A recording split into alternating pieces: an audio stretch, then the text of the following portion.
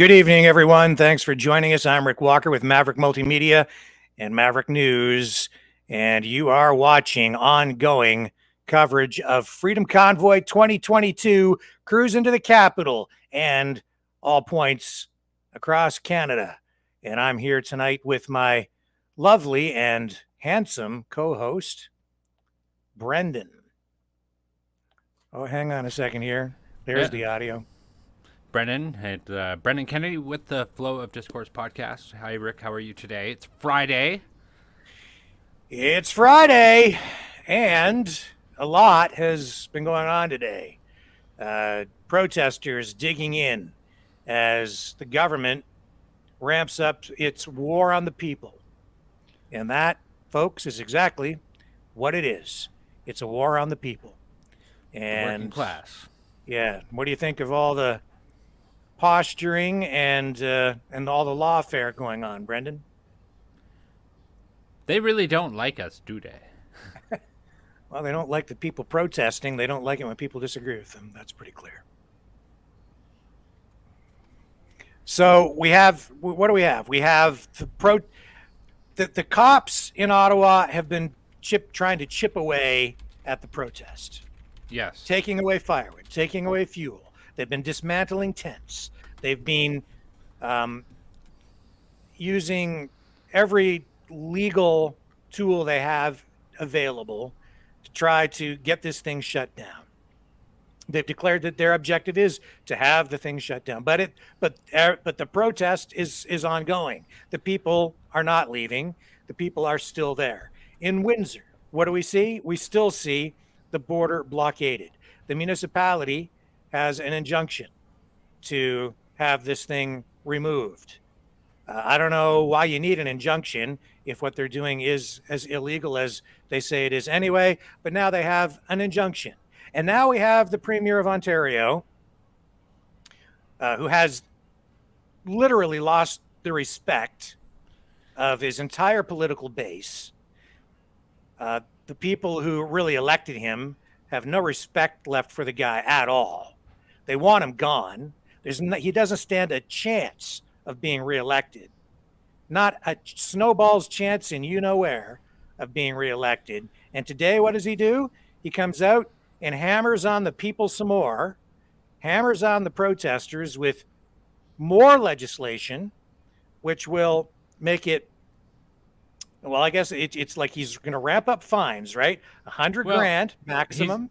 He's going to be looking at tabling legislation this weekend that would quite possibly come into effect on Monday, and because he owns the house of the at Queen's Park in our provincial legislature, he could basically do whatever he wants, and they'll comply. Because as we've seen with Rick Nichols, as we've seen with Roman Babar and Belinda and Randy Hillier, if you don't toe Doug's line, you're out. Well, he'll be out soon anyway, so you know, his days are numbered. There's no question about that. But in the meantime, we have to deal with his buffoonery and these draconian, tyrannical measures that he continues to implement. Now, while he's doing all of that, he's caving into the truckers because he's saying that the mandates and the vaccine passports are going to come to an end anyway. But before he does that, he's going to crack down hard and make an example of these here protesters and these truckers because, you know, they're basically terrorists. Yeah. And you know what he's really doing? He's caving to the truckers and he's caving to his big corporate buddies who are upset because their profits are being a little bit disrupted right now because the border is blockaded. That's what it is. He's not governing by science. He's governing politically. He's trying to give whoever he thinks needs to be given something to appease whoever he thinks he has to appease. He bends and blows with whatever way the wind happens to be blowing at the time. He's pathetic. Big time. He's very pathetic. Him and his cheesecake is pathetic even. This is one of the big eye openers that we've seen with this whole calamity is how terrible our municipally elected officials are. And I would like to just warn everybody that there is going to be many municipal elections across Ontario coming up very soon. And I want each and every one of you to pay attention to those. Get involved. Do something. Because otherwise you're going to be left with these people who essentially make these very simple situations over-inflammatory, where it's very clear that they have a disgust for the working class. If you don't want these type of people in your municipal politics anymore, vote. Go vote. Go participate. Get active. Do something, because this is where we are right now, and this is a result of very low municipal politics participation, very low. But with Doug Ford there, it's very clear he's after commercial interests. He doesn't give a crap about people. And I'll be very honest with everybody. I voted for Doug Ford. And the premier and government that was in place before him, I don't know who is worse. Was it Kathleen Wynne, the former premier of Ontario, or is it Doug Ford? I couldn't tell you. Who's worse? Oh, yeah. That's a good question for you. Doug Ford is worse because he's just had the opportunity to be the worst that could possibly be. But as you can see tonight, this is what's going on in Ottawa, in spite of the politicians leveling basically threats at the people, and labeling all of these people racist terrorists. Okay, so there you have it, folks. This is Vets for Freedom. They're a bunch of racists. There's a couple of misogynists over there, I guess, and Every Child Matters. That's racist. There's a big fat bigot, and over to the right. There's a toothless redneck, and just pan a little over. Yeah, what do we have there? Oh yeah, all racists. Yep, all of them. That's what Justin Trudeau says. We saw on the sign over there, "God keep our land." That's racist. Can't have that. This is what the cops are going to go break up, because they're waving all those Canadian flags. That's pretty a racist thing to do, and they want their freedom, which is that's a dead giveaway right there. Anybody that wants freedom, definitely a terrorist. So beware. You need to be very, very, very afraid of all these people.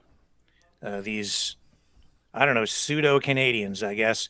I don't know, man. A lot of red and white flying around there and a lot of maple leafs.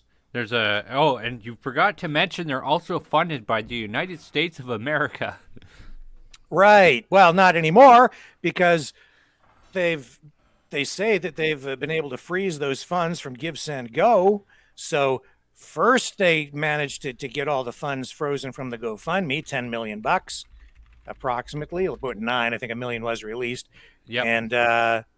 And now they've frozen the funds again, this time from Give, Send, Go. Of course, Give, Send, Go is telling them to go pound sand, telling them that they're going to release the money anyway, because the Canadian government has no authority over how they conduct their business as a U.S. company. So we'll see how that all plays out. Well, they had tweeted yesterday, this is what they had wrote yesterday. Know this: Canada has absolutely zero jurisdiction over how we manage our funds here at Give, Send, Go. All funds for every campaign on Give, Send, Go flow directly to the recipients of those campaigns, not least of which is the Freedom Convoy campaign. I just, I don't know what the country has come to. It's just, it blows my mind. The way our so-called leaders talk about the people. They've lost sight of the fact that the people you're looking at right here, these are the people. These cops, I don't think they want to be there. doing all this stuff that they have to be doing. They've been great for the most part, except for the ones who are coming in, confiscating firewood, confiscating fuel, confiscating property that they shouldn't be confiscating because it's really illegal for them to be taking it. They're just stealing personal private property. They're making up laws as they go along to find new ways and new tools to attack these protesters. They're all down there, and the judge who granted the injunction to have the horn honking stopped and limited said right in his ruling that this protest is lawful, it's legal. So to deem these people to be terrorists because they are, or insurrectionists because they're down there exercising their right to free speech, it's just wrong. And what the government is doing is it may very well be unlawful in itself. They've shredded the Charter of Rights and Freedoms. They have no regard for it. And so this is what we have still ongoing tonight. It's a big standoff. The same thing out in Alberta, where the RCMP is trying to reopen that highway and that border crossing to Montana, and they're holding the line. Tonight, we have people on scene in Windsor, Ontario, where protesters are holding the line there, continuing to hold the line at the Ambassador Bridge. And we'll see if they are able to continue to do that. Police are getting ready to move in. We have footage of police vehicles that were heading in that direction. A paddy wagon, I believe. OPP vehicles. I saw footage of it earlier today. I'll see if I can cue that stuff up for you. But regardless, those vehicles are now down there. And yeah, I mean, it's escalating, right? It's clear that the government is not prepared to allow this to continue at the borders. But you know, they're portraying all of the stuff at the borders now as a situation where the protesters are putting jobs in jeopardy and the economy. The government, Doug Ford, Trudeau, all of them, they didn't care about the economy when they were shutting everything down. The only thing they cared about was keep making sure Costco was open and making sure that Amazon made record profits and making sure that you could still patronize your local McDonald's. But they didn't care about the local restaurant or the barber shop or Susie's shoe store down the street or any of the independent businesses. They just didn't care. They also didn't care about all the suicides or the massive intake in suicide. They also didn't care about mental health. They didn't care about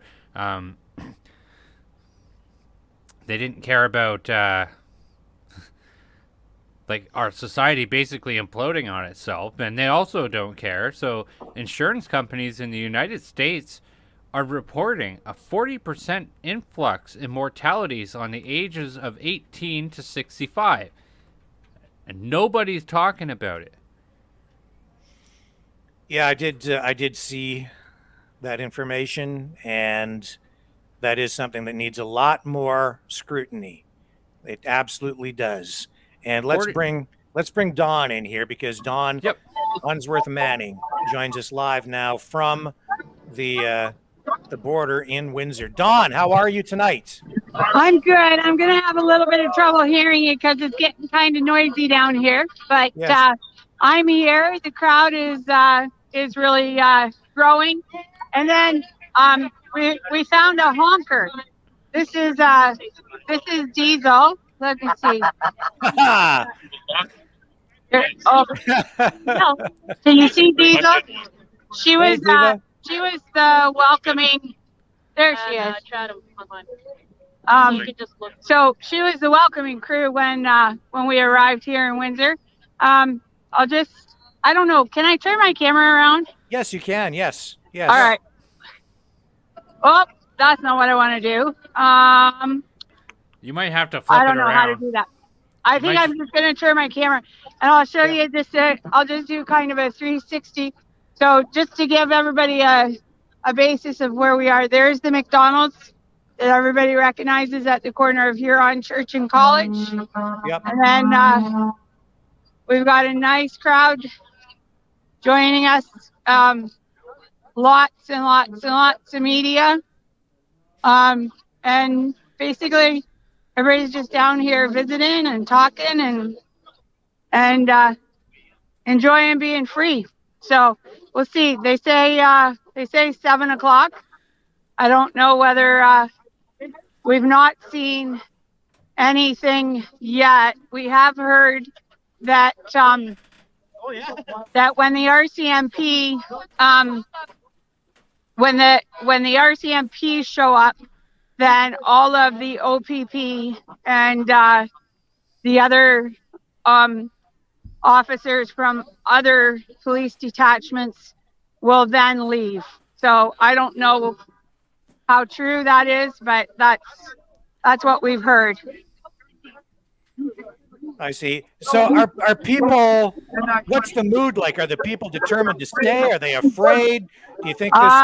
No, I haven't noticed any fear anywhere. And I have heard quite a few saying that they don't have intentions of going anywhere. So that they're not doing anything wrong, and that they plan to stick around and be Canadian. And stay there until when? Until all the mandates are lifted? Well, that's what the wish is, right? Right. That's what the plan is. But I don't know. I've not heard anybody say anything else. But that they're I think the police probably have a different idea. Are you noticing what are the police doing right now? Because it's coming up in 40 minutes. Or the expectation the media is putting out is they're going to clear everybody out of there.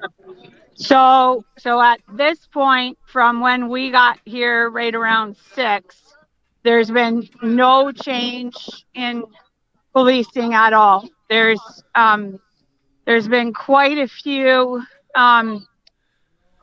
more media come, and there's a lot more people arriving. I'm not sure. I was actually trying to figure out if they're coming, like we're at College, and then there's at least, I think, 2 or 3 other intersections that are blocked off. So I was actually trying to figure out, excuse me, I was actually trying to figure out if people are walking down the street towards this one, because this is the last one prior to bridge access. This is kind of ground zero. Or if it's just that there are more people arriving in general.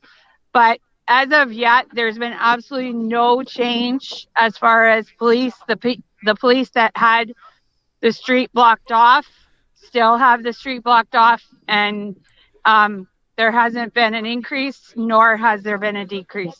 The biggest increase has been in the media. There are a lot. CBC is here. There's a fairly significant. Here, guys, I'm going to take you over here. There's somebody, something's going on over here. Look.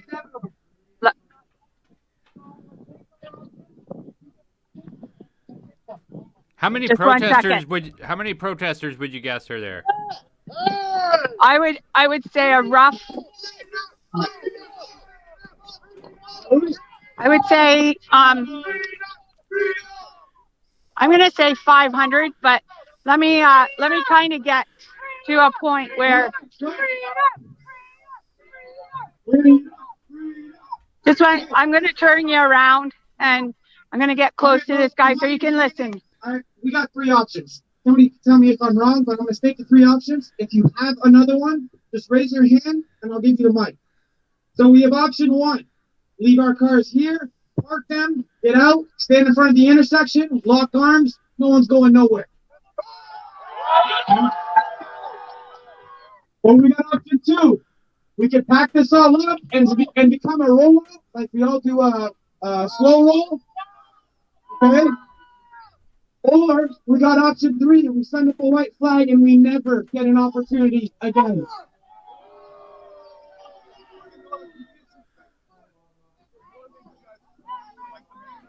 You want to know all the studies. You want everything, not just your mandates. That's my point. Okay, so to my understanding, we're gonna do a quick cheer vote right now. So for option 1, let me hear it.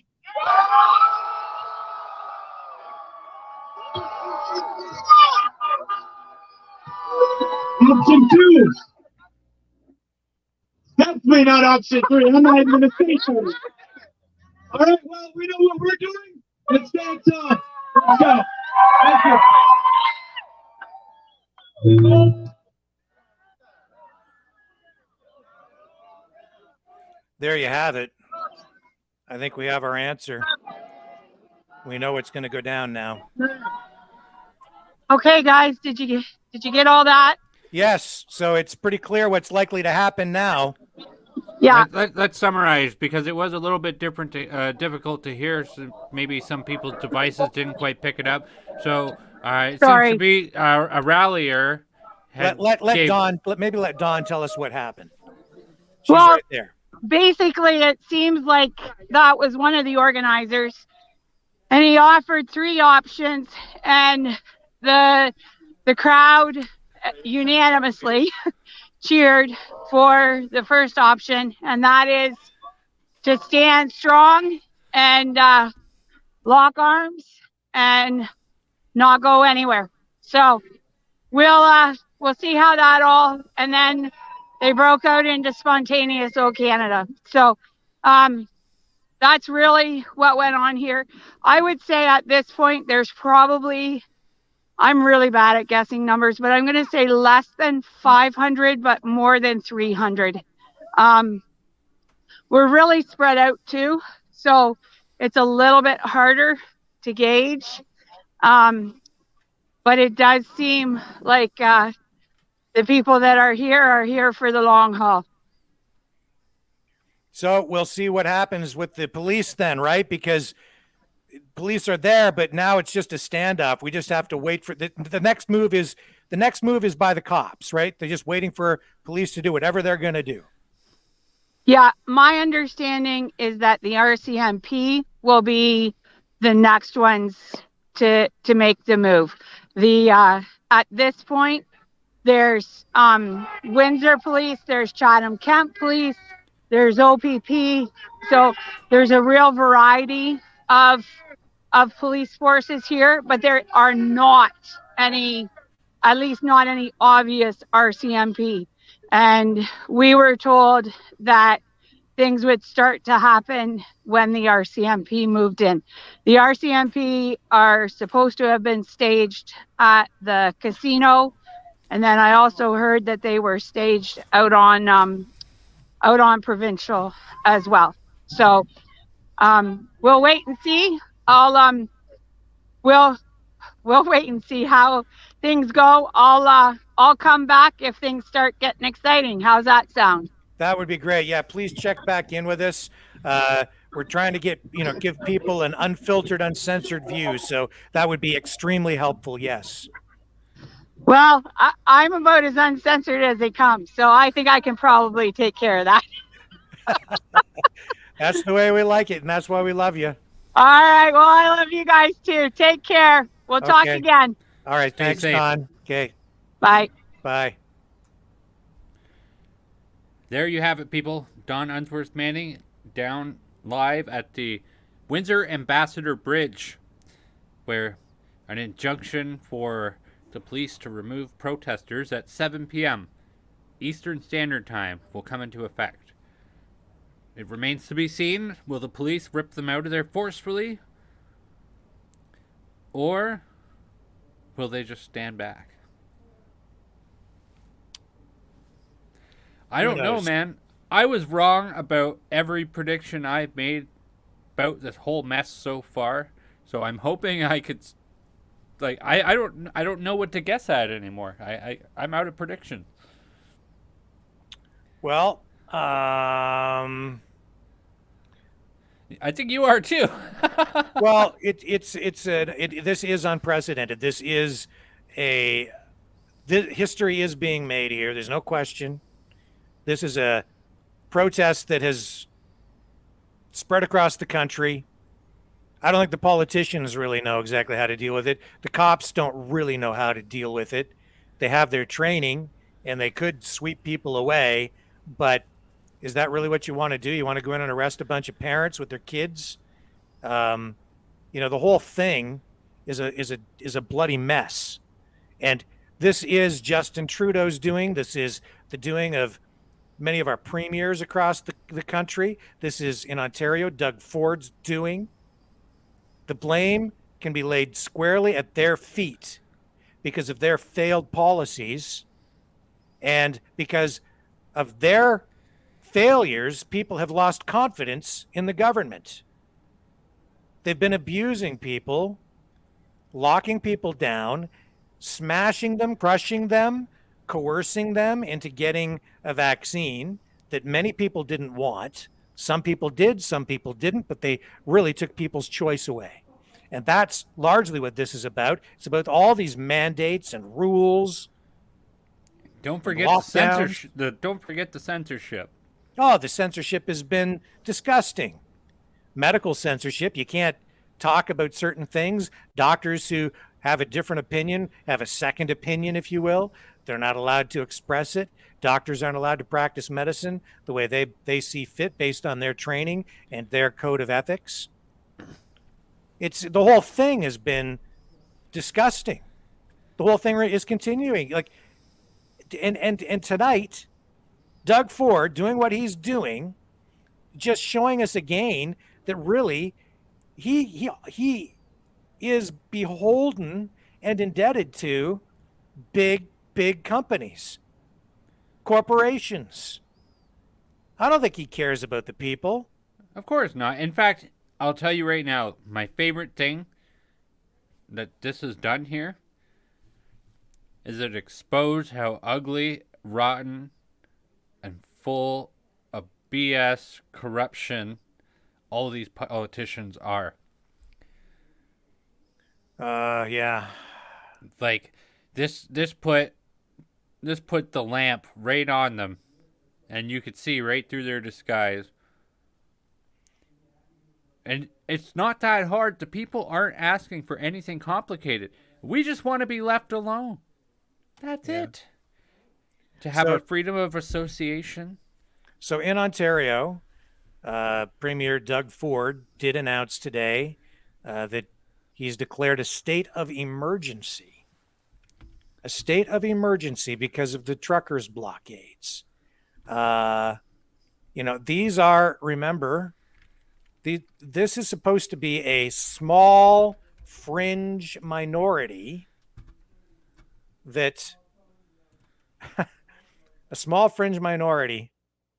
and now there's such a threat that he's declared a state of emergency. Let's let the premier speak for himself here. This is part of his announcement from just a few hours ago, earlier today.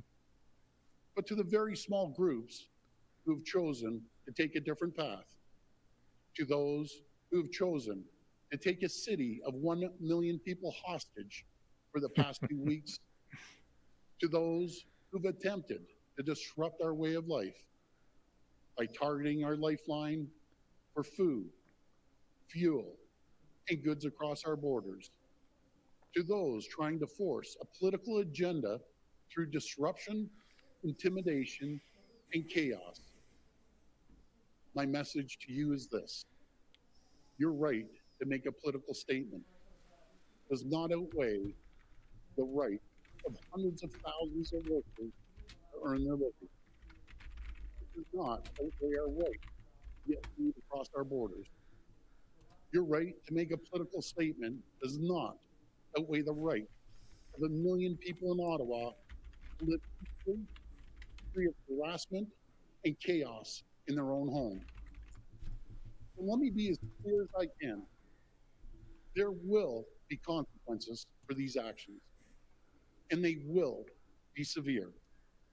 We've already started by going after the money funding the illegal occupation. Yesterday, an Ontario court granted our request to freeze the funds from Give, Send, Go for the convoy. The OPP has also provided additional resources to Ottawa Police Services and Windsor Police Services to satisfy their recent requests for operational support. And more needs to be done. We're strengthening the tools and the powers of our police forces to resolve this situation and restore order. Let me be clear. The government does not direct our police forces, but we do set the laws. Today, I'm using my authority as Premier of Ontario to declare a state of emergency in our province. And I will convene Cabinet to use legal authorities to urgently enact orders that will make crystal clear it is illegal and punishable to block and impede the movement of goods, people, and services along critical infrastructure. This will include protecting international border crossings, 400 series highways, airports, ports, bridges, and railways. It will also include protecting the safe and essential movement of ambulatory and medical services, public transit, municipal and provincial roadways, as well as pedestrian walkways. Fines for noncompliance will be severe, with a maximum penalty of $100,000 and up to a year imprisonment. We will also provide additional authority to consider taking away the personal and commercial licenses of anyone who doesn't comply with these orders. This will not impede the rights of Ontarians to peacefully protest. It will provide additional tools to help stop the illegal occupation of Ottawa and the Ambassador Bridge in Windsor. While these emergency orders will be temporary, we have every intention to bring new legislation forward that will make these measures permanent in law. We're taking these steps necessary to support our police as they do what it takes to restore law and order. And please, my friends, make no mistake, this is a pivotal Pivotable. The eyes of the world are upon us right now. They are. And Remember what that. they're seeing is not who we are. It's not what Canada is about. No? This is not how we try to change things here in Canada. Oh. We do it through the ballot box because we are Canadian and we are better than that. Right. And so, as a province, as a nation, we must collectively draw a line. You'll find We out on must election stand day. for the values that define us. We must come together right now. We must heal the divide that is That you fracturing created. our society. We must come together now, not as opponents, but as Canadians. Oh, okay. And we must see that the sacrifices Right after you we're get forced done to make hammering your were political made opponents, for a reason. crushing them. To Yeah. see that because of the actions With we your took over the gelatinous last 2 arse. years, tens of thousands of lives were saved from COVID-19. Oh, really? Prove it. As hard as it's been, these sacrifices were necessary to protect tens of thousands of our neighbors, our friends, our family members. Sounds like a There's man no chieftain price after they that we slaughtered could put on 10,000 that. people. So, to the protesters, I say, we've heard you, and it's time to go. Oh, To the auto workers, truckers, and all those affected by the Ambassador Bridge closure, I say, we will take whatever steps are necessary to ensure the border is reopened. To the people of Ottawa under siege, siege. I say, we will ensure Yeah. you're able to resume life and business as soon as possible. And to our brave women and men in uniform, I want you to know that you have my full support as you work to manage the situation and do whatever it takes to bring these occupations to an end. Occupations. Thank you, and God bless the people of Ontario. Okay, we're ready to take questions from the floor. Just a reminder, it's one question and one Okay, follow-up. well, enough of that. So, Rick Walker, is it a siege or is it an occupation? Because an occupation would imply that the siege was successful and they broke the walls down and penetrated. Is it a... No, it's not a siege. We've spoken to people up there who have told us that, yeah, there are trucks right around Parliament Hill. It's pretty clogged up down there. There are still access routes kept open. There always have been. Throughout the city of Ottawa itself, traffic still flows. The city still functions. The truckers have not shut down the city. That's a lie. It's just a blatant lie. These other claims that, people are being harassed, that they're being violent, these are also lies. We've seen the raw video. We've seen the testimonies from people there. We've shown you the raw footage, unedited, uncensored, raw footage, right from the scene live, every night since we've been here. This is no siege. Is it a protest? Darn right. He says, Premier Ford says, it's illegal. Is it illegal? The judge who granted the injunction against the honking for 10 days only, a temporary 10-day injunction against honking as a form of the protest, also said in his ruling that it is a lawful protest. It is legal. Legal.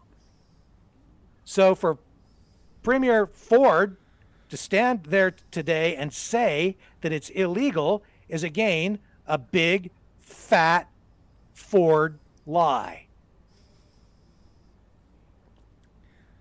I think this is the record amount of fat jokes we've made on Doug Ford in one podcast. Well, he's a big, fathead. Yeah. He's a big fathead. And he just keeps telling bigger and fatter lies every day. Yeah. It's just riddled with lies. But if all you watch is the CBC and CTV, then you'd probably believe what he's telling you. But it's a big fat lie. And we've shown you every night how big and fat his lie is. Now, yep. I had a real big problem with how he said this is about a political view or what have you. This is not about a political view, because this has brought more people from the left and the right together. More than I have seen in the past 10 years, as there's been a continual divide between the left and right over that time period. But this has brought more people together than I have ever seen in that time. This is not about a political view. Because, you know what? What political party is standing behind it? The Sorry, PDC? I don't know. Even they're not really. They are more or less an attachment to this than they are. Look, Brendan, you know what, man? About a political view. But yeah. Can we run this video of this lady? This I found earlier today, and a lot of people may have already seen this, but if you haven't seen this, no. This is another just more evidence, just clear. It just shows you what's really going on down there, okay? Let me just find her. Just listen to what she has to say. She's been down there. She just went down to check it out herself, okay? This lady works in radio. And this is what she had to say. I never do lives. I never do updates. I have been very quiet over these last 2 years. It's been hard, right? Man. She's been at the protest. Overload. In Ottawa. I feel for families and kids and oh my goodness. So I've had a week off. No one knows where I am, which is normally the way it works. It's been awesome. Had some downtime, kind of slept in. I'm going for a walk right now. So I'm a little nervous about downtown. doing this, but I'm going to do it. I feel like I should. And I might get a little teary. But I haven't been this happy in 2 years.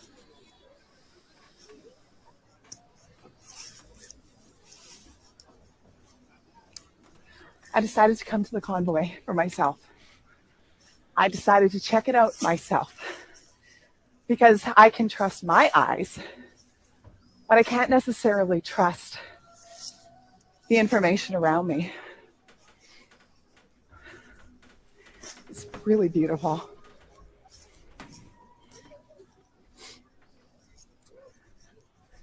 I got here Sunday.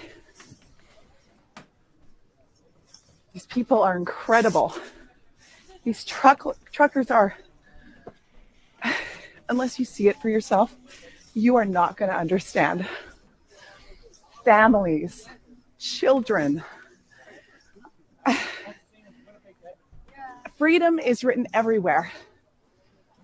Segregation is wrong. And it's not about the vaccine. It really isn't. There's some police officers. They've been so lovely, by the way. Thank you to the police officers everywhere. So I got here Sunday. My nerves have worn off. You know what? I'm a program director of a radio station, and they've been wonderful. And they don't know that I'm here. They do now. Hi, guys. Sorry, I couldn't hold on any longer. I couldn't do this. When the convoy hit Calgary, I mean, the amount of families and the children with posters, they came out early in the morning and I'm like, oh, I wish I was there. So I followed along, breaking down, crying. I don't know if you did that, but you're not alone. I promise you. And so let's move to Ottawa. I'm all over the place right now. We're walking towards the stage and I hope you can hear me. So I'm going to flip this camera around for a second so you can see what, you know what? I don't even know if I can. On it. Oh, here we go. It's beautiful. It's a gorgeous. Standing in unity right now. People from all walks of life, all genders, all races, all religions. It doesn't matter. They're all Canadians. And they're saying, we're Canadian, we're free, and we've had enough. And that's why we're all here, right?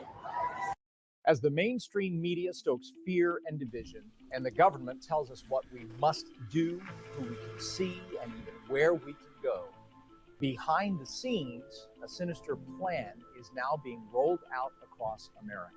Buried on page 314 of a document from the desk of Speaker of the House Nancy Pelosi, a scheme to enact enormous change. My apologies there. It looks like we have lost Rick Walker, so I do apologize for the I'm back. Sorry about that, Brendan. It's all good. So thoughts on that video? I don't think it finished. It ran up to the point she was walking by the stage. Oh, I see. Hang on. We're going to get this back. Just a moment. I apologize for the technical problem there, folks. Ran to a Midway commercial. Here we go. And, yep. We're back. We're back. Freedom and liberty. There have been truckers. The truckers here. I get up every morning and I go for a walk. And I go up and I check to see if the truckers are awake. And if they are, I walk up to them. I say, how are you this morning? And they're like, we're great. We're holding the line. I met a trucker from Quebec. He said, I lost my job. I'm here for my children. And my neighbor said, I know you can't afford to pay your mortgage, but I'm going to pay it for you because you're in this convoy right now. Another trucker, because they've been really blessed here, they said people are coming up. Thousands of people are coming up saying thank you. It's incredible. And this trucker said to me, you know, I tried to give a homeless man some money that was donated to me from the families that came through. And he goes, The homeless man said, no, I don't want it. You're fighting for my freedom. Because when does that ever happen? And he did not take the money. These posters are everywhere. And the truckers told me to see the families coming by, the thousands of them. That has... Hey, how are you? You're running out of battery. I love it. This is like that. That's what's happening here. The posters. The kids are making posters. All right, there we go. It's gone now. The kids are making posters. The kids are making posters and they're dropping them off, and families are coming back. So when I got here Sunday, hey guys, look at this. Just hanging out, talking. The kids would come to their families, and one trucker said, I thought it was the mom and dad getting the kids to send it off and make sure that they made something. He said the kids would come up and said, thank you for what you're doing, because they understood it. It's like the innocence of the heart, right? And when you talk to truckers, they go, this isn't left versus right. This is wrong versus right. It has nothing to do with what political affiliation you belong to. And I love that because it is true. So I guess part of this live was because I just needed to feel a little more free with how I felt. And I was tired of being quiet about everything and holding a line that I didn't know what I was holding it for. Because if I started talking about, whatever topics in radio we love to talk about that makes you forget about what's going on in the world, and normally I'm all about that. I think positive is good, but this is positive. And for me to be able to stand here and say that I always look at things glass half full and then not tell you about this convoy is going against everything I believe in. These men and women are in their trucks because they believe in something. And if you haven't been here, or if you go to a certain source and that's your information, it's great. I just ask that you talk to more people. Open up how you get your information. I talked to a few of my friends. The number one question was, have you seen any of those flags? No. This is the least racist place I've ever been in. Oh my gosh, you've got everybody hugging and saying, I love you. So I have a lot of stories to share. I took a lot of video because I'm leaving tomorrow and I don't want to. But I also needed to get this out because I'm a very curious person. That's what got me here in the first place. And then I felt like I couldn't say anything. But I've been in radio 20 years. I'm a program director of a radio station. I do a morning show in Calgary.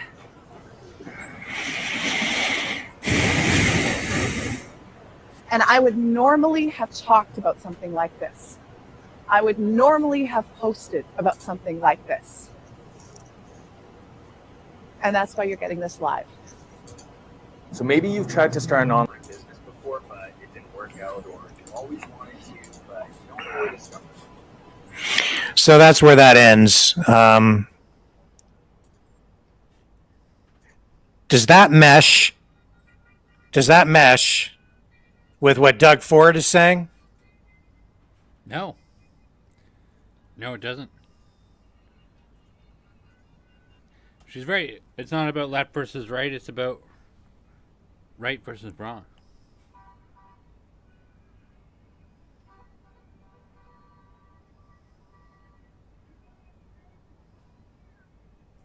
Sorry, Brendan, I had a video in the queue playing in my headphones, and it was a lot of horn honking. I couldn't hear it. I could hear it right through the mic, actually. Yeah, I couldn't. Wow. So that horns in my head. Wow. I was wondering why you're yelling at me. Yeah, this is a video that's playing in my head about Pastor Artur Pavlovsky, who was arrested and tonight remains in jail again. Again, the way the authorities have been treating him, disgraceful. And there are people protesting tonight outside the jail where he is being held, but we'll come to that later. I just ask you again, that lovely lady who made that video, does that mesh in any way with the stories that we've been told through the legacy media, and does that mesh with what the politicians like Doug Ford in Ontario and Prime Minister Justin Trudeau have been telling us? Does it mesh? Of course not. Well, I mean, everything she had to say is a reflection of all of the people we have talked to. We've talked to probably, over 10 people who have been to Ottawa since we've started this journey. Everybody who goes there, all of them have the same sort of message to share. And I only know one person who went to Ottawa and didn't have that message to share. And they felt like, oh, well, this event needs to be better organized. And it's like, this isn't an event. It's not an event. I mean, there's a certain person that shall not be named here who had said those things, but if I were to take his criticism, he didn't have anything to poke at, and so he tried to find anything to poke at it. But she's absolutely right. This is not left versus right. This is wrong, right versus wrong. Good versus evil.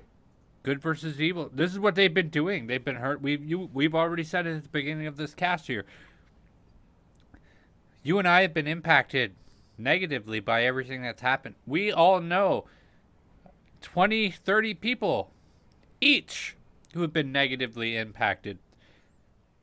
And Raquel Duran of the Conservative Party, and not meaning to get the parties involved here, but she said it best. We've all experienced a mass trauma. And that this is the boiling point of not listening to us after being extremely traumatized. This is the boiling point. It is. And I think Doug Ford is just showing us again how incredibly weak he is by trying to act like a big man. Because what he's really showing us is he's just caving in to his big corporate interests. He owes favors to people with power, people behind the scenes, the people who are pulling his strings. That's what he's responding to tonight or today with these new measures that he's going to implement to crack down even harder on the protesters. And he stands up there and lies about what these people are really like. And he's just in league with Justin Trudeau, who's been spewing hate for the past 2 years plus, smearing and attacking Canadians, dividing people, segregating people. Today, I was out. I don't go out that much anymore, but I was out and I drove by a travel agency. And on the sign outside, they have a portable sign, and it said, "Your vaccination allows great vacations." And I wanted to puke. It allows? It allows. Which means you need permission to go on vacation. It's a privilege to travel. Your vaccination allows you to get on a train. It allows you to get on a plane. it allows you to leave the country. It allows you to do these things. Sorry, it's my damn right to travel. Absolutely. What our government is doing is they've been suppressing our rights. And those rights are enshrined in the Charter of Rights and Freedoms, but even without it, we're born with those rights. They don't come from Justin Trudeau or Doug Ford. They come from a much higher place. That's right. Every human is born with those rights. The right to breathe, the right to live, the right to make a living, to work, the right to liberty. I have the right. If I'm not able to travel, it's because they have guns and people in body armor preventing me from doing that. Yeah. And they're preventing you. That's what Doug Ford is all about. That's what Justin Trudeau is all about. They're all about limiting your freedom. They don't want you to have your freedom. They've been stripping Canadians of their freedom for the past 2+ years. And what that lady in Ottawa is telling you is what she's seeing is the real Canada, real Canadians, the patriots, the people who love freedom, want the freedom back for everyone. And yet, because they're waving the Canadian flag and embracing freedom as not just an idea, but as a right that every Canadian is born with, they're being labeled as fascists, Nazis, racists, smeared with every insult that they can come up with, because that's all they have. And tonight, they've lost the respect of most Canadians, and the only ones supporting them are the ones who've had this negative hate drilled into their heads by the legacy media and our irresponsible, power-hungry politicians.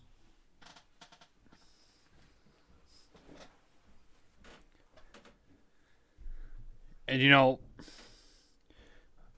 we're going to have to remember this at election time. I don't know what to vote for or who to vote for. But all those people who are on the left and the right who decided what has been going on all this time has been wrong, we all need to remember that. We all need to come together and come to a consensus as to what to do with it going forward. Because, quite frankly, I don't know, and I don't think Rick Walker knows either. I don't think any of us knows. We've never been here before, and God help us if we're ever going to be here again. This is a clip from Pastor Artur Pawlowski's brother. It was posted earlier today. Pastor Pawlowski has been arrested repeatedly in Alberta, in Calgary. I don't know how many times. This is a guy, the first time I saw him arrested was when he was feeding the homeless on the streets of Calgary. And so the municipality sent the cops down to shut down his pop-up soup kitchen on the street, which he was feeding the homeless in the middle of the winter. And they said, no, can't do that. COVID regulations. And they clearly didn't like him. And he ended up in court. And they've been hammering on him ever since. They keep arresting him. And the more they arrest him, the harder they squeeze, the more profile he has, and the more he's invited to speak. He's been down to the U.S. at many events. He's become one of the figureheads of the freedom movement in Canada as a result. But tonight, they have him back in prison again. And tell me this is about public health. Just tell me, because if you do, you're just freaking lying. Tell me that this is about people's health, folks. Listen to what his brother has to say. Now, I don't know if everything he's saying is completely accurate, but this has to be shown because this is Canada and he has the right to say what he's going to say. Now, this is extremely disturbing what I'm about to play for you. When I heard what he had to say, I thought, what the hell has happened to our country? I just don't know, man. Political prisoners. That's what it's come down to. Pastor Pavlovsky is a political prisoner tonight, and how they're treating him in jail, I haven't seen it. I'm not in the jail. Okay? But listen to what he has to say, and I think that we need people to check this out, because if this is even half true, we have a really serious problem in Canada. Hello, everyone. This is David Pawlowski, Pastor Artur Pawlowski's brother. And I want to read to you a statement about Pastor Artur Pawlowski's conditions in prison. He's on his third day of fasting. He says that he's standing strong. However, he is treated horribly. Can you turn it up? It has nothing to do with That's all I've justice got, or Brendan. law. Sorry. He was strip searched twice and checked for contraband. He was forced to go to the bathroom with an officer present and watching. They locked him twice in a small cage resembling a dog kennel with no air circulation, suffocating him for many hours, all without water to drink. After that, he was subjugated to a hard bench 3 times for hours on end, all without any water to drink. When they took him back to his cell, his room was all upside down, flipped, and searched for contraband. His Bible was confiscated, and his narrated letter that was written to his lawyer was also confiscated. He had no running water in his cell for 2 days. However, he has seen other inmates awarded these privileges, books, and writing material. This is not justice, but punishment and an absolute abuse of power. He has been moved to the back of the prison so that he cannot see or hear his supporters outside. The conditions of the cell are filthy, disgusting. Artur needs your help. He is asking all of you for help. Pastor Artur at this moment is a political prisoner. He said that he is not waiting for sentencing.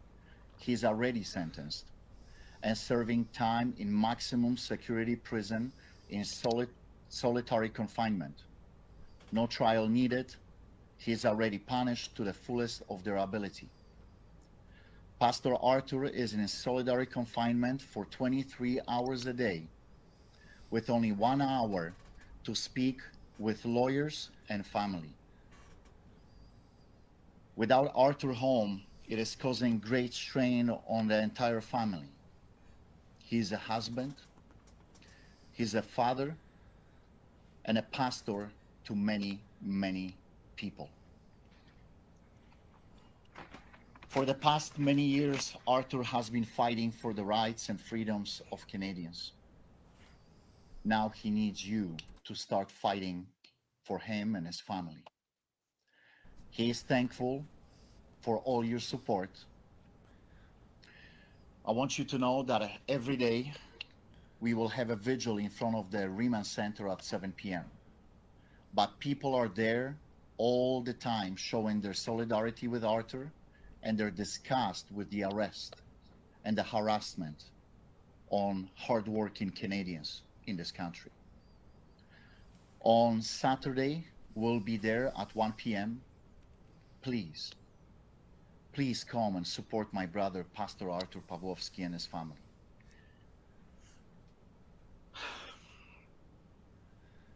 Thank you all. God bless you. Welcome, Carla. Hi, guys. That's sad. It is very sad. Let's go back. Let's get Dawn in here too. What's going on down there, Dawn? Hey, I'm just trying to put some space between me and the speaker. So I wanted to check in real quick because I don't think my battery is gonna last very long. So the crowd has grown significantly. I'd say we're close to. Everybody's really spread out, but I'd say there's at least 1,000 people here. Maybe not that many, but it's a lot.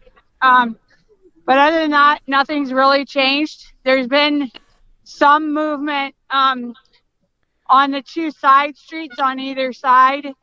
There's been a bit of movement with police cars. I don't know if you guys can see very much Yes, we can. There's some movement down that way, and then about the same amount over on the other end. I was sent a thing that they're prepared with decontamination at the hospital for both tear gas and pepper spray. There is a bus just down the way here that has obviously been brought here to round us up on. And but I do think they're probably outnumbered. So I guess we'll see how that all goes. But I wanted to check in with you guys real quick before I lost my battery and before we were in a position that I couldn't really touch base. Well, thank you. I appreciate that. It's just a standoff then, I guess, basically, right? It's just everybody's in a holding pattern. Yeah, we are. It's almost a bit of a party atmosphere. There's actually two different groups kind of here. They're playing O Canada again here. I think I've heard O Canada about 5 times in the last hour.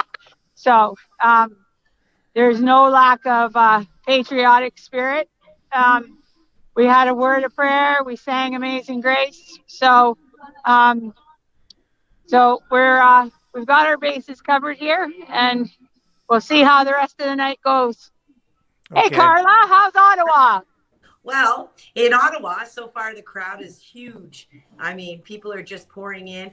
It's only Friday night, and it's almost as big as the first Saturday. Like, people are just coming really? in. Wow. And it is wet. Like, I'm a drowned rat. My coat is wet. I'm wet. Yeah, it is big. Some things are happening already. The police have, you'll appreciate this, Rick. They didn't steal. They took down the jumping castles. They went to put them there. The police surrounded. There had to be over 100 police officers. I did get some footage of it. You should be able to probably find that, Brendan. Because I labeled it. You might have to fast forward to get to that part, but yeah, so I got a tip to run down to Bank Street and Wellington Street where they were taking down jumping castles. So I hustled down there, and when I got there, they'd already taken it down, and there were, I don't know, 175 police officers. You know what, Dawn? Yeah. Why don't we just sign off? We're just gonna let you go. So, and if you have any battery power, if anything really big comes down, fire up your phone and let us know what's going on. Thank you very much for doing this. I know everybody really appreciates it. Yeah, there was just a firecracker that went off, just so you don't think that was a gunshot. Thank you. Okay. So, Fox, this is right behind me here. That's Fox 2 News from over in Detroit. Yeah. So there's I would say there's probably 20 different media people here. Anyhow, we'll check back in with you, or at least we'll try to. Thank you, Dawn. Stay safe. Good night. Okay, see ya. That's actually a good thing, because if the police are planning any type of shenanigans just in case anybody missed the beginning of the show, that's down at the Windsor Ambassador Bridge, leading out to the Detroit border crossing. So, yeah, things are lining up there. We'll get into that momentarily here. Excuse me a moment. So it was beautiful. and not so beautiful. There were some people, you know, where these police were. There were the crowd was enormous there, and I was just walking away from an enormous crowd that was at the center of at the corner of Wellington and Metcalfe, which is where the stage is. And I mean, those people didn't even know what was happening. There were like a lot of people there. I got down here and I saw the crowd, and I knew that obviously I was right. There was something going on. And there were some people kind of hackling the police. And I was sort of like, I spoke out in my video. I'm like, yeah, you know, I just wish they wouldn't do this. You know, they're doing their job. And that just sort of flew out of my mouth. And I think it's just that I really wanted people to not harass the police. I want us to be squeaky clean because they're so dirty in this, right? Yes. So the cleaner we are, the dirtier they look. Yep. And, but anyway, then there's a piece where I kind of came unglued because I realized that many of the police officers were not faced with the same mandate that I was faced with. Because I thought maybe they were coerced into their job and, you know, they're just doing it and it's just all part of their coercion. But then when I realized that some of them aren't even under the mandate, I thought, oh, well, how can they actually stand by and do this? And, you know, it must be easy for them because what have they lost, really? Yes. They haven't That's lost right. their job or their freedom, really. Yeah, because in Ottawa, they don't have the mandate on the vaccine. I didn't know that. Yeah. I found that on the spot. So there's a little bit of an emotion explosion for me. And for that, I do apologize. But it's beautiful because the people started singing, "Oh, Canada," and because they were hackling and then somebody started chanting, "Oh, Canada." And then you've got this beautiful crowd screaming and belting at the top of their lungs, "Oh, Canada," as the police are backing up with the jumping castles. It was absolutely stunning. I did get some footage with a retired police officer who was saying, you know, those police officers need to stand down. He was very firm in his words. Like it's some good footage. I'm pretty proud of it, except my little emotional outburst over learning of the mandates. Yes. Yeah. Well, you know, it's our worst nightmare, Rick. Those jumping castles. Can you believe it? Yeah. Big threat. Huge threat. Get those things down. Get those little terrorists so they have nothing to do, right? Yeah. Well, you know what they're doing. They want to get the kids out of there because they want to get all the kids out so they can go in and sweep everything up, right? Right. That's why I said to Matt, my husband got here today, which was nice. He surprised me, but I didn't think he was coming till tomorrow. I think he was worried I'm going to get arrested. So I only have a little bit of time on this podcast because I do want to get back up there and see what's happening because people are doing their usual, you know, everybody's just at that same love vibe, that same unity vibe, you know, but I think it's probably going to get sticky. I feel like, in my assumption, this is just me assuming, I feel like the police are probably going to show up in the wee, like a thief in the night, because we still outnumber them unless they're bringing thousands and they're not here yet. Yes. Yeah, they'll no doubt wait until the crowd is at its lowest point, right? They absolutely will. Sorry, I've got another video queued up or something and it's playing in my head. I need to get in here technically and find a way to get rid of this. Yeah, this is I don't think this is the same video because I was pretty committed to getting down there. So you'll see if you are on my Facebook page. Oh, that's old. If you get onto my Facebook page, it will, I have it labeled that the police take down the jumping castle. Okay. Let me, I'm going to remove that. I've got something playing in my head. I need to get rid of it because it's making you crazy. Impossible. I can't hear you. Something's gone crazy wrong here. Hang on. Maybe I can just get you to talk to the folks while I figure this out. So just to speak to that. So I have actually gone around and I've interviewed people just to speak to Justin Trudeau. He's this one and the same. Doug Ford calling the state of emergency. I talked to people about that because he is saying that he's sending thousands of police officers and he is saying that we could face up to 1 year in jail. So I've been speaking to people, a lot of the people that are down, the protesters, not necessarily the truckers, and asking them how they feel about that. Are they fearful? And I would say 100% of the people I spoke to said the same thing. Arrest me. This is a hill I'm willing to die on. So I don't think they're going to that threat, because Doug Ford said, so if you're thinking about coming to Ottawa, or if you're in Ottawa, perhaps you should leave Ottawa.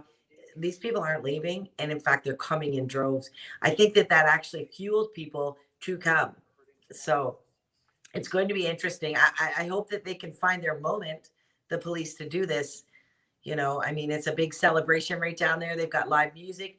Today they brought in a great big screen to put on the stage, like it's ginormous, and it's so that they can live stream speakers in, people who can't be in Ottawa. So they're live streaming those people in from Europe, from around the world, to be able to speak to us it's not so that they can live stream for audiences. It's so that we can bring them into Ottawa to speak to us, as well as live music. So that's very exciting, this big, beautiful screen. So, it's pretty obvious that the truckers, the convoy, they are planning on staying. They wouldn't be bringing that in. Right. Another thing was down on Metcalfe Street, they've got about 8 porta potties that they've set up. Now, I spoke of this yesterday, how the city isn't providing us with any sanitation. So I got a tip earlier this morning that the city was planning to come and take those porta potties away from us. And ironically, there are an awful lot of veterans there. I was able to interview a few veterans too and thank them for their service. There's a good group of them that were, up at the hill today. And the plan was for those veterans to stand guard of the porta potties. It didn't happen. I don't know if that dissolved or what's happening. Another development, just while I've been on here, a friend of mine owns a motorcycle, and she rides with an awful lot of people. And she said the bikers are on their way. So I'm just going through your videos here. Which video? It should be titled, of course, it should be titled. It should say that. It's probably like, of my most recent ones, it's probably maybe 4th down from today. Okay. 2, 3, 4 or 5. I've been putting it off, and I've been doing a lot of videos today. Here it is. I've got it. Yeah, let's watch. Rainy. It's Yeah. terrible right now, the weather. It's awfully wet, so it's not great for my phone, right? Here we go. But hi, everyone. I'm glad to be with you guys. Okay, I'm going to find where try and cue this up. But how far in would you say this footage of the bouncy castle thing? Like, it was the beginning, because I turned on the camera for it, and then I started to walk down. Okay. So, yeah, I see. Here we go. So about 4 minutes in or so. So I'll just cue it up and we'll let it roll. And then when we get to that point, you can tell us what's going on. Okay. Hey, everybody, I'm back. Sorry about that. Brendan returns. I think I scared him off, guys. So we have footage of the Carla shot coming up here, Brendan, of the cops confiscating the bouncy castles. So, yeah, and they didn't actually seize it and keep it. They didn't steal it this time. It appears like they gave it back to the people who brought it. I see. Because it was a rental, right? Yeah. And I spoke to somebody. They said it cost them $2,500 to rent that last week. Yeah, that's right. Is this your video here? Yeah. Yes. So you can see that crowd. I'm coming to this crowd. And I'm like, okay, so this was a good tip. I mean, there was a crowd probably 4 times that size back at Metcalfe and Wellington, but this is big. And they're surrounding the police who are surrounding the jumping castles. Something happening for sure. Nothing says terrorism like bouncy castles. And these people, do they look like terrorists to you? I think they took. Oh, absolutely. Sure. The ones in the bright yellow vest, right? Well, they're certainly tyrants. They brought in all these cops to Well, surround the bouncy castles. They were just there? Brought them. I think they're the cops that have been on the ground, just sort of gathered, because there were OPP, there were Ottawa cops, there were cops from Toronto in that crowd. Yeah, they did take the jumping castle. I see the generator for it. You can see it's behind. There shall be no bouncing, no singing, and no dancing. And no honking. No honking. Street hockey is hereby deemed banned.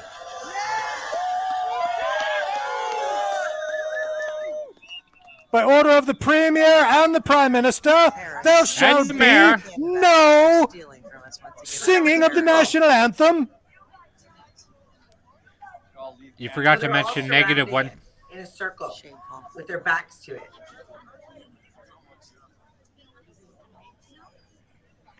And This the guy's like, people hey, Canadian. Hey, you Canadian.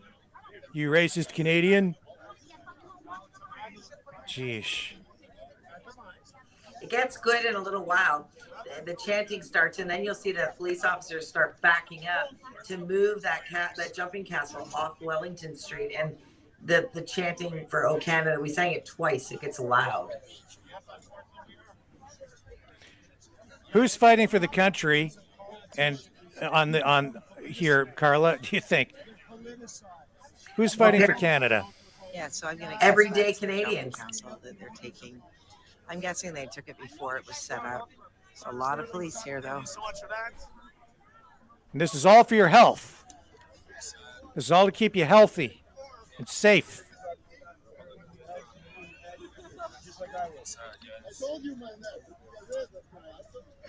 I mean, at the end of the day, a lot of people are yelling things at the police. I don't think that's correct. I mean, while we don't agree with what they're doing their job, right?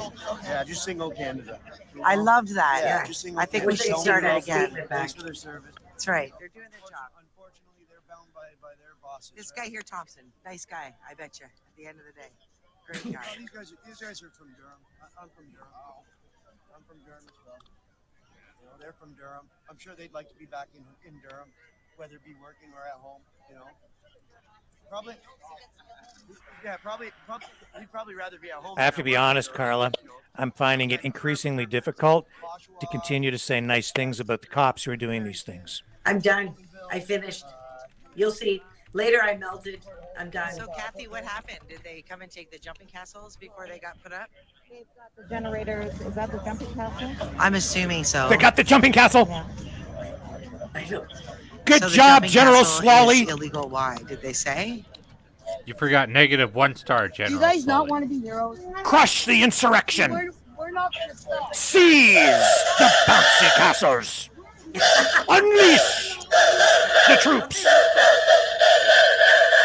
We will crush them. They look so selfless. Very serious. We will put an end to this bouncy castle insurrection. We shall. There should be no more fun. Smiling is hereby outlawed. I'm done then. I'm going to prison. But you know what? He's doing what he has. He's getting their own. Sneak past you real quick.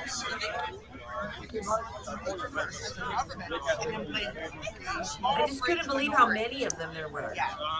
So they're guarding whatever they're taking. I believe it's the jumping castles because they're illegal, I guess. This officer, I wish it would come quickly. I don't know. This, here he is. Okay. Internal complaints have been lodged since this protest started. How many of you are discontented? Respect, man. We'll give you lottery tickets. $200. We'll give you $200. Donuts, ice cream, and suckers at school. No. What's going on here? It's the police officer. Bullshit. These cops need to stand down. They will. I love that. One day Are you a police officer? Yeah. Well, thank you. I did 30 years Thank on the you. job. Fired nurse. Thank you. That's right. Thank you, I loved Steve. when he said that these police officers need to stand down. Police officers understand and actually change their mind. There's too much like brotherhood and ego. I walked all around filming these guys and telling them, learn the difference between a lawful order and an unlawful order. Quit being puppets for Trudeau. Because that's what they are right now. They're political puppets. They're supposed to be representing, protecting right? people. That's right. Representing the politicians. Every one of them. Section 25 of our Constitution says that our Constitution is the supreme law of Canada. Inside our Constitution is the Charter of Rights retired and police Freedoms. officer. They're all breaching our Charter of Rights and Freedoms. Something Yes, that they took are. an oath to uphold. Yes, they are. And that sickens me. It saddens me at the same time. Me too. You know, I don't like to speak ill of my brothers and sisters in blue because I will always be blue. Okay? But what they're doing is wrong on so many levels. Yeah. Yeah. No. Earlier, the way you talked to me earlier, you were against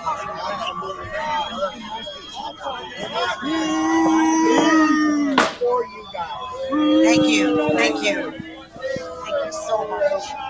Wow. So just to address the comment, when I said that they were just doing their job, I agree. What they're doing is wrong. But also, when the protesters are going by and heckling them, it's not making it any better for us. That is not making it any better for us. What it's doing is causing them to think that we're aggressive. And so, if this is what they're doing, it's going to be a lot worse if people become aggressive.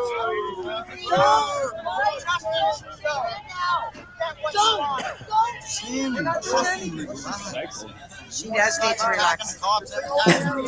Just calm the fuck Oh, Canada, our home and native land, true patriot love, in all our sons coming, with glowing hearts we represent freedom, our true north strong and free.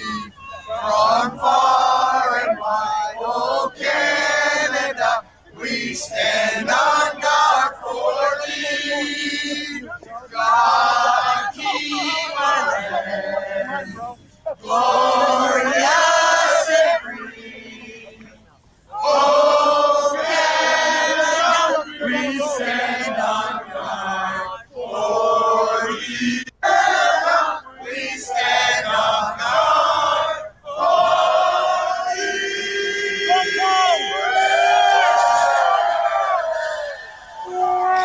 Yeah, take that, Justin Trudeau. Take that. Doug Ford, take that. Freedom! Freedom! Freedom! Freedom! Wow, that's a lot of cops in one area. Freedom! Freedom! Freedom! A lot of cops. Freedom! Freedom! Freedom! Freedom!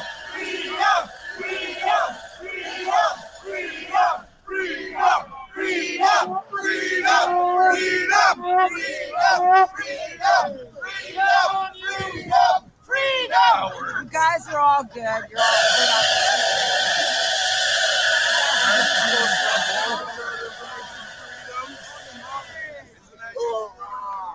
So the cops are, they're just, what are they doing here? They're just backing up, really, right? Yeah, they're- so they're returning. They're returning it appears as they're returning the jumping castle to the people who had it, because you'll see it's over on the side. Right. Then there was like a little weird interview that I wish I could clip out. It was some guy saying kind of weird things to a cop.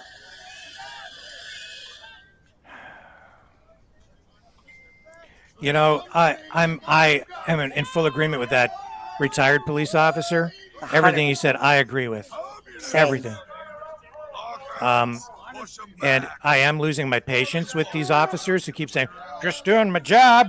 Just doing my job. Here's the truth. Some of these guys have volunteered for this because this is extra duty for them. So they've volunteered to go up to be part of this if they're from other police services. I don't know. Maybe some of them have been told they have to go, but I'm pretty sure a lot of these guys have been said, "Who wants to go?" And some guys put up their hands and said, "I'll go. I'll take the extra pay." They're probably It's getting overtime. paid, right? Double time and a half, or whatever they're getting. So they're making big money to go and do this stuff. Okay, so I'm losing my patience. I lost with it some today. of these guys. I absolutely did. You know, I'm a fairly patient person. I'm fairly kind. I always like to look on the bright side, but Yep. you'll see later in this video, I lost it when I found out about the mandates. And then I So these guys, you know what? Okay, yeah, we need to be polite. We need to be completely peaceful. They want to come and throw you on the ground, slap the cuffs on you, drag you off to jail. Just go, right? Don't resist. Fine. But I'm losing my respect, and I don't trust them anymore. No. I said the other day, I never thought I'd see the day, but today I am afraid of police. Same. The public has lost trust in police. Well, they've been so politicized, right? Like, that's what's happened. And all these officers, every single one of them, will have to live with the shame of this for the rest of their lives. They're the cops who came and stole the bouncy castles. Yeah, this doctor was good too. He was kind of giving him the gears a bit, but he was doing it in a very intellectual way, and he was doing it reasonably. Just stating facts, not insults. Mm-hmm. You know, he's just, you know, and they stood there very straight-faced. And I'm trying to look into their eyes. Like, I'm holding the camera and I'm looking into their eyes and like blank. And I think that's what kind of set me off too. And you know, like no emotion. It is. Don't forget that it's up to our politicians, it's up to our bureaucrats, even it's up to our police officers, our police chiefs. Because I stood for medical Is this where you found out about the mandate not being enforced? This is where let's bring this up, okay? Oh no, we can leave that out. Oh no, I want to hear it. Not count for these gentlemen, but it does for me. Children to play in. You guys just took it down from them. Children. You were putting up a tent for children's sake. I know you're right. Let's go. We're getting in their head. Yeah, you're gonna have to live with this, guys. You're gonna have to live with it for the rest of your lives. What you did today. Carrying out illegal orders. Guys, I had no idea that the OPP weren't under the same mandate as me. Now, I'm not buying that they're doing their job. I thought they were coerced into the vaccine. Wow, I always respected the police until this moment. Always had respect. Wow, jumping castles. Unreal. Wow.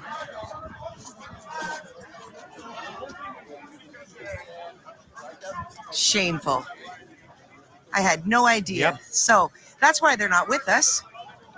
They didn't have to sacrifice. At all. They're still free. Yep. They get to keep their jobs and remain unvaccinated. Disgusting. Hey, I'm mad now. Yeah, well, you don't want to squeeze the muscles too hard because you need those guys, if you're the premier, to do your dirty work, right? Never thought I'd hear myself say words like that about police. They to me, we were one and the same, right? Public servants. Yep. We looked out for one another. So that's the people I'm assuming that owned that had brought the jumping castle, owned it, rented it, because they just sort of left them there. I guess these are the jumping castles. They dismantled them. Maybe before they set them up. I don't know.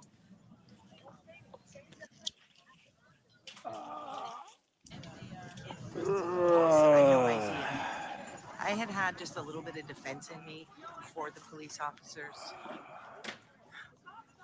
You know, because I felt like we should still remain kind to them, at least and respectful. And I really wanted to keep this protest peaceful, which I still do. And I wanted us to show respect to the police because it was my belief that the police officers were here, that many of them were probably coerced like my colleagues were. Is it true? Can anyone speak to that? Was I just lied to? Are they not under the same mandate as I was. I mean, it's sickening that they took away bouncing castles. What harm are we doing with bouncing castles? Seriously.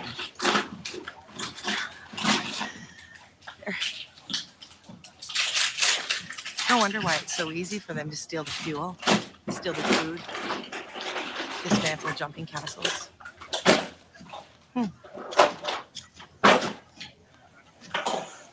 I thought the police were under the same mandate.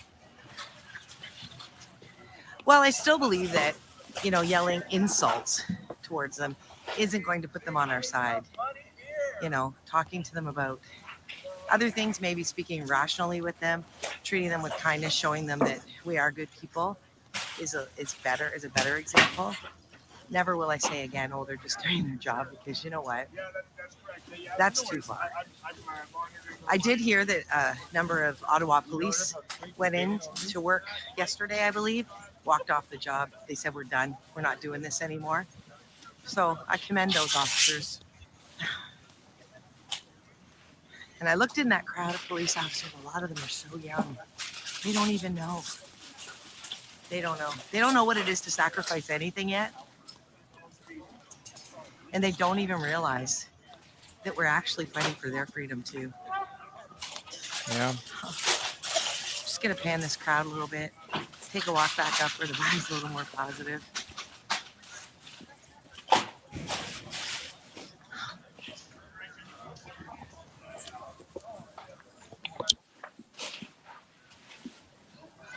I was so angry at that moment. And I realized that they are under orders and that they have to follow the orders in order to keep their jobs, no matter where they sit.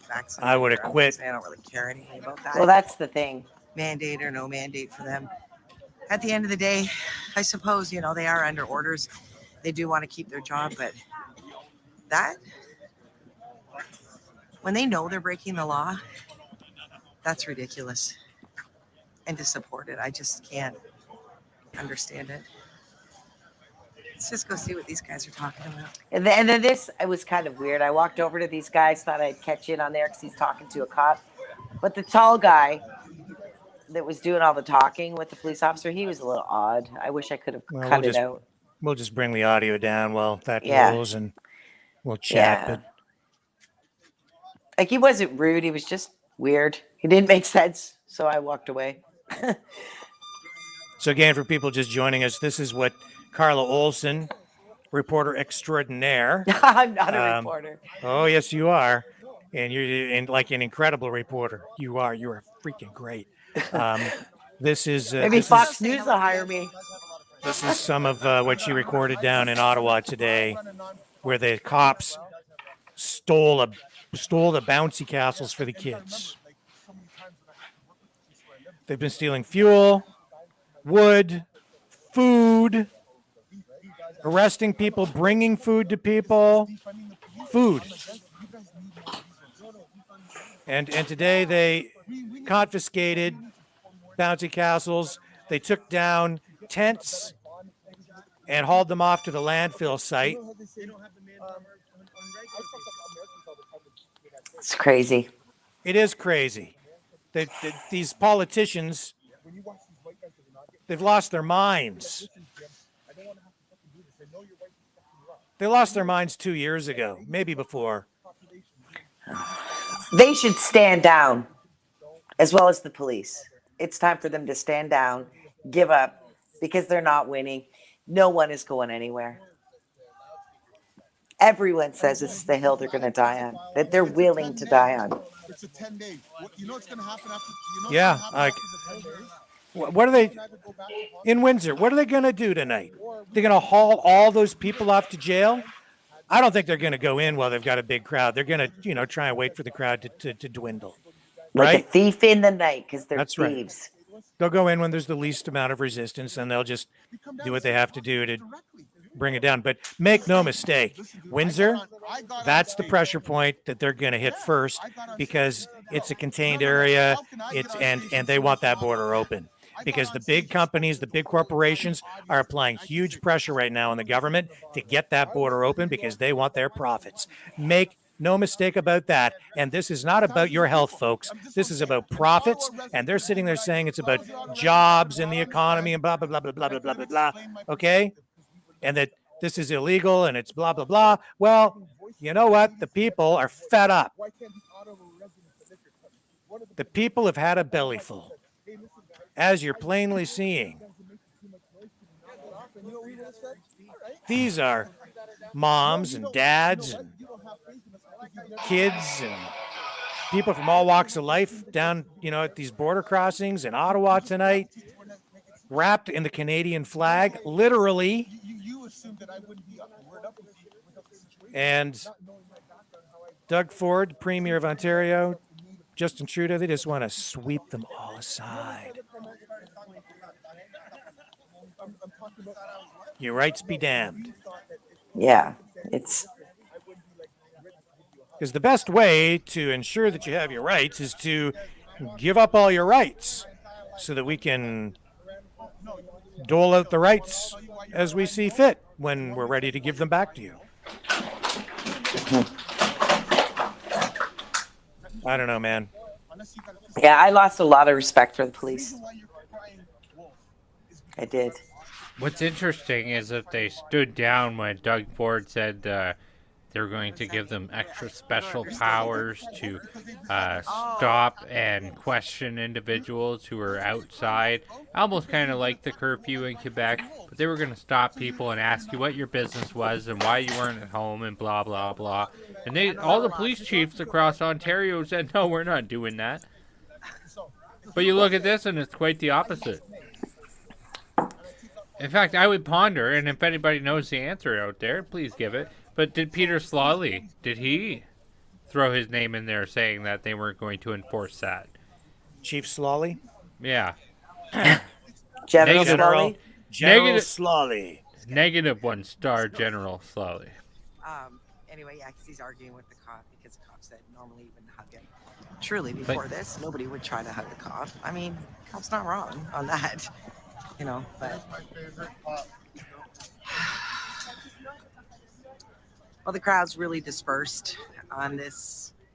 So, after this, but cops are supposed to help people. They're supposed to keep people safe, right? That's what their job is supposed to be. They're not supposed to be used as a political tool. Some of the people that were going around keep saying, politicians in power. There were many that were saying insults, shame, shame, shame. That one doctor that was speaking to the group of police officer, guy had the cowboy hat on. He was speaking reasonably. He was trying to get to their heart. And I think that honestly, at the end of the day, that's the only way we're going to get through to them. We had a retired police officer from Police on Guard speaking this morning, and I didn't catch it on video, but he was talking about, talking directly loud and to the police officers and talking to them about the charter and about the oath that they had. And I think people like that, with that kind of knowledge and with police experience, can probably get through to them better. I don't know. I need to find out why they took the jumping castle.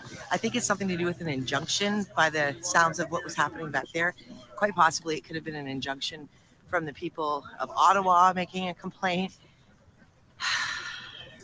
I don't think so, but I think it has more to do with... I just hope it stays peaceful. I really do. I hope that sense of unity and that sense of love sticks around long enough. I mean, jumping castles pissed a lot of people off. So we'll see. Let's head down the street. Let's monitor the vibe of people, see how people are feeling. So, Carla, what is the mood down there? I mean, is it fine? It's the same as it's always been. It's like the one thing that I was saying even later in that video is just that what's so interesting is that the emotion, it's been such an emotional roller coaster the last couple of days. Everyone could just save this video for me. I'm telling them to save it because I think it's going to be censored, taken down. Music on it, I think. So I have to put that but otherwise it is going to be yeah, with Doug Ford now, threatening fines to a maximum of $100,000 and up to a year in jail and all this stuff that he said today. I don't know if you had time to hear what he had to say. I didn't get to listen to it, but it was told to me. People have told me. So are people, is that affecting anything down there? No. People said they don't care because they know it can't stick. They think that it's going to put the government, the police on the wrong side of history, and they still have faith in the judicial system that it won't fail them. One thing I can say about Canadians, jerry cans, more jerry cans. Lots of jerry cans. That's the silent word. That's the biggest word that's spoken silently here. As time goes on this movement or on this, and you know, with everything that happened today, I'm noticing that I felt emotions, like right? There's been that high of that unity. I feel like if then there was some sorrow last night. If this fails, Canada as we have always known it is probably gone forever. This is it, right? I don't think so. That's my feeling right now. You don't think so? No, this is a spark that if this fails, things are going to turn ugly. It's really ugly. They've kept this peaceful, and they've kept this playful, and they've done everything that they should be doing. Back to the center. But if this goes down, if this fails, it's going to get ugly, and especially if they kill somebody. If they kill somebody in between all of that, it's not going to be pretty. Things won't ever be the same for a long time. And Justin Trudeau and Doug Ford will be the ones to blame for it. Well, I think politically this is damaging both of them. I mean, I think just the resistance and these little stunts from the police, we know that it's caused a breakdown in trust between Canadians and the police. Yes. You know, and the politicians. Yes. And the politicians. I mean, that won't go away. That's not going to be easily resolved. No, in fact, they're going to have to backtrack all the damage they've done here between the bouncy castles and the inflammatory statements. And I'm going to just go out and say it. The defamation. There's been so much defamation on what has been going on in Ottawa. It's absolutely disgusting. Yeah. Even at the Ambassador Bridge. So, and then I pan over these kids, right, playing. Well, that's what I mean. They still have that. I sort of agree with you, Brendan. That's why I think that if this fails, this is unprecedented. We've never seen anything like this in the world before. A huge protest like this aimed at saving a country, aimed at restoring freedoms, right? But entirely peaceful and full of love. All right. Like nothing we've ever seen. I don't ever remember seeing anything like this ever. And if this fails, because the politicians, because the government cracks down and crushes it, then the next time it probably won't be like this. Well, and that means even in itself, how do you restore the Canada that we had with anything less than this? If whatever comes after, if it's not like this, then you don't get the Canada back that you had. You'll get some weird aberration of it, and it'll be lost. You can't restore what we had with violence. You can't. I'm not even really talking about violence at all at this point, but what I am talking about is if the government gives violence, because we know the government has only 2 tools in their arsenal. Doug Ford keeps talking about, we got more tools in our toolbox, friends. He doesn't have that. The government only has 2 tools. Actually, 3. They have jail. They have solitary confinement in jail. And then they have police-sanctioned violence. That's the tools of the government. They don't have any other tools than that. They can make all these other laws and do all these other damaging things. But those are the 3 basic tools of the government here. And if they do anything bad to quash down on things, you take these fun-loving, peaceful people and you drive them underground, they're going to figure out ways to hurt the government that the government hasn't even ever thought of. Like, you have to remember, It wasn't a nuclear warhead that took down the USSR. It was little things. And one of those little things was the government putting heavy taxes on vodka, and then people deciding, I'm not paying for no government vodka. And so they just made their own. And the tax revenue lost on that was so damaging to the Kremlin. It was a huge brick in the wall for the destruction of the USSR. Like, these people here aren't stupid, and if the government thinks they are, well, they got something coming to them, because freedom is one of those things you could try and hold it into your hands, but it's like a bar of soap, a wet soap. It's just gonna slip out because you can't contain it. Especially when you have all these people who know what freedom is. They've experienced freedom. They've lived freedom. These are the old stock Canadians that Justin Trudeau is worried about. And you've talked about this yourself, Rick, before, and I'm sure, Carla, you've talked about it too. Like, you talk about how in the 80s and 90s, when things were a lot more free and the government and police barely ever bothered you, like... Well, we took it for granted, for sure. But that'll never happen again. I mean, we're raising up a generation of children. These children that are here, we're raising up a generation of children that will be able to smell any loss of freedom. They're going to know. They're going to stand. We sat because we were complacent in our freedom. We didn't even see it going in the beginning until it was late. I don't know. Rick, you asked about what would happen. I think that if the government doesn't, if they don't give on this, and if they come down on us harder, I think it's going to be a true revolution, possibly a civil war. I honestly feel like that's the way it'll go. That's what I'm afraid of. Me too. But I do believe that that's what's going to happen. If he tightens the noose, if he tightens the noose and brings down another hammer, if anyone is injured, if they arrest people and like what they're doing to Pastor Arthur, and treating them like that, not releasing them, I can tell you right now there will be a civil war, because you've got to remember there's there's millions of people on the other side who aren't in Ottawa, who aren't at Blue Water Bridge, who aren't at Ambassador Bridge, who aren't at any of these border crossings. Yeah. They're coming from home. Yeah. They're going to rise up. That'll be the second line. I don't know. I don't think it's going to be pretty. I don't think the conditions are right for that. I don't think the conditions are right for that at all.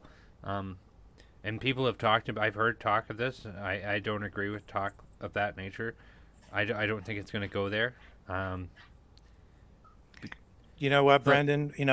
That's why we're here. We don't want that to happen. No. And we all want this to succeed, because this is the Canada that we know and love. What we're looking at right here, right?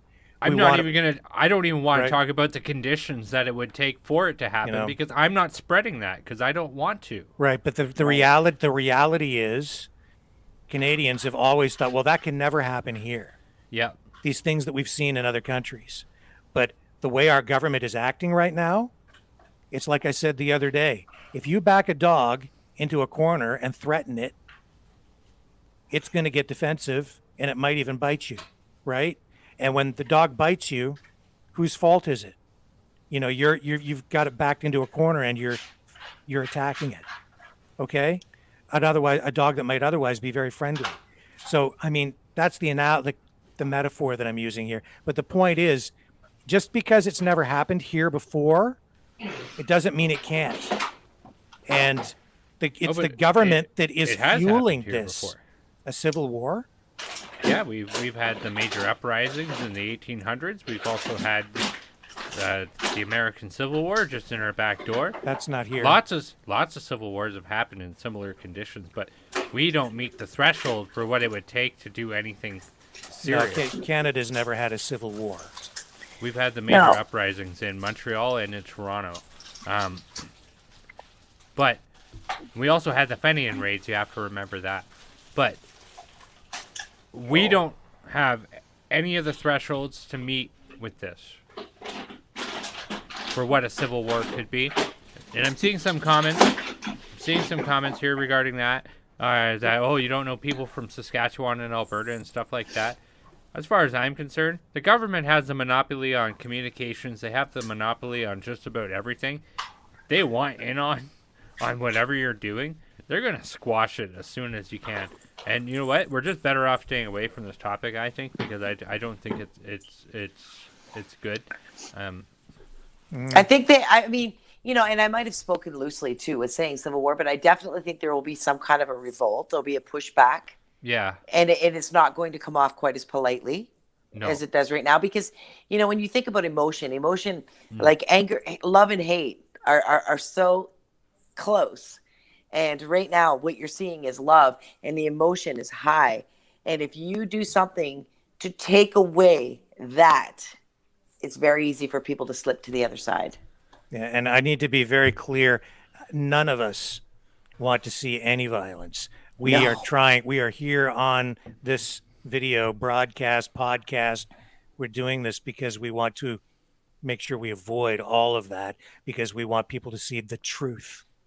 But, yes. And then if you look, okay, so that happened. And what I did discuss in my video too, just a touch to what you're saying is, this has been like an emotional roller coaster, because we're all living in this festival of unity and this festival of patriotism and love. But yet there are every now and again, there are reminders of why we're here. The jumping castles shows the tyranny, why we're here. I spoke with a man last night who his mother is dying in the hospital, and because he's unvaccinated, he cannot go and see her. So he will not be able to say goodbye to his mother. I mean, that was a very emotional time for me to interview that guy. Yeah. One of the shelter guys was kicked out of the shelter last night because he refused to get his third vaccine. Oh so my God. So there are times throughout this where we're reminded why we're here. Absolutely. So, and for that soup kitchen to come out and say that, oh, these protesters came in here and caused all this damage. The protesters have gone in and given them an excess of like $27,000 or something like that. And pounds of food. Pounds and pounds of food. More food than they know what to do with. They're worried it's going to go bad. But look at what these institutions that have been funded by your government have done. A homeless man is no longer allowed in a shelter because he doesn't want his third jab. Is it people like me, Carla, and Rick that are causing these things? Or is it these institutions? Right. I've lost my job too, due to the same kind of bullshit. But I'm not lying down, and neither is anybody here. We're here to say these things are wrong, and we're not going to be on the wrong side of history. No. I mean, and I think we can keep this positive environment going. Yeah. I really do, because there's so many. And you saw as I walked back into the crowd, the energy changed, right? And it has been that energy since. So it was just a moment in time when they took the jumping castles. What I did find interesting, so everyone knows that there hasn't been any honking in the last several days because the truckers agreed to not honk their horns for 10 days. Yes. And so it was just, by the time I got up to the front, it was like word traveled about the jumping castles because the horns started honking. And I thought to myself, I mean, obviously I don't know why they started honking their horns. And I thought, was that a little rebellion act? They did it for a moment, not long, and then they stopped again. So I think, there's constant discussion on that center stage when they're giving speeches, the organizers, we are going to be peaceful. If you are arrested, show your ID. Do not respond. Do not speak. Be kind.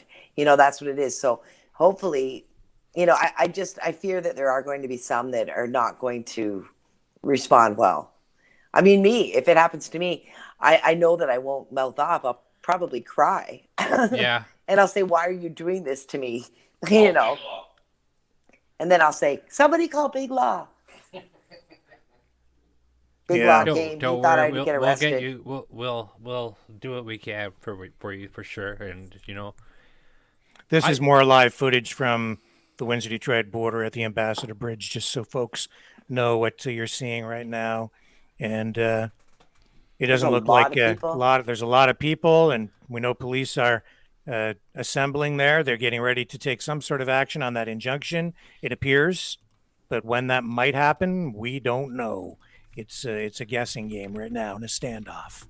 To be honest, guys, I'm more afraid for the people that are protesting at the borders than I am for the people in Ottawa and the truckers, because Doug Ford made it very clear that he's more upset about the borders because there's more money lost at the borders, right?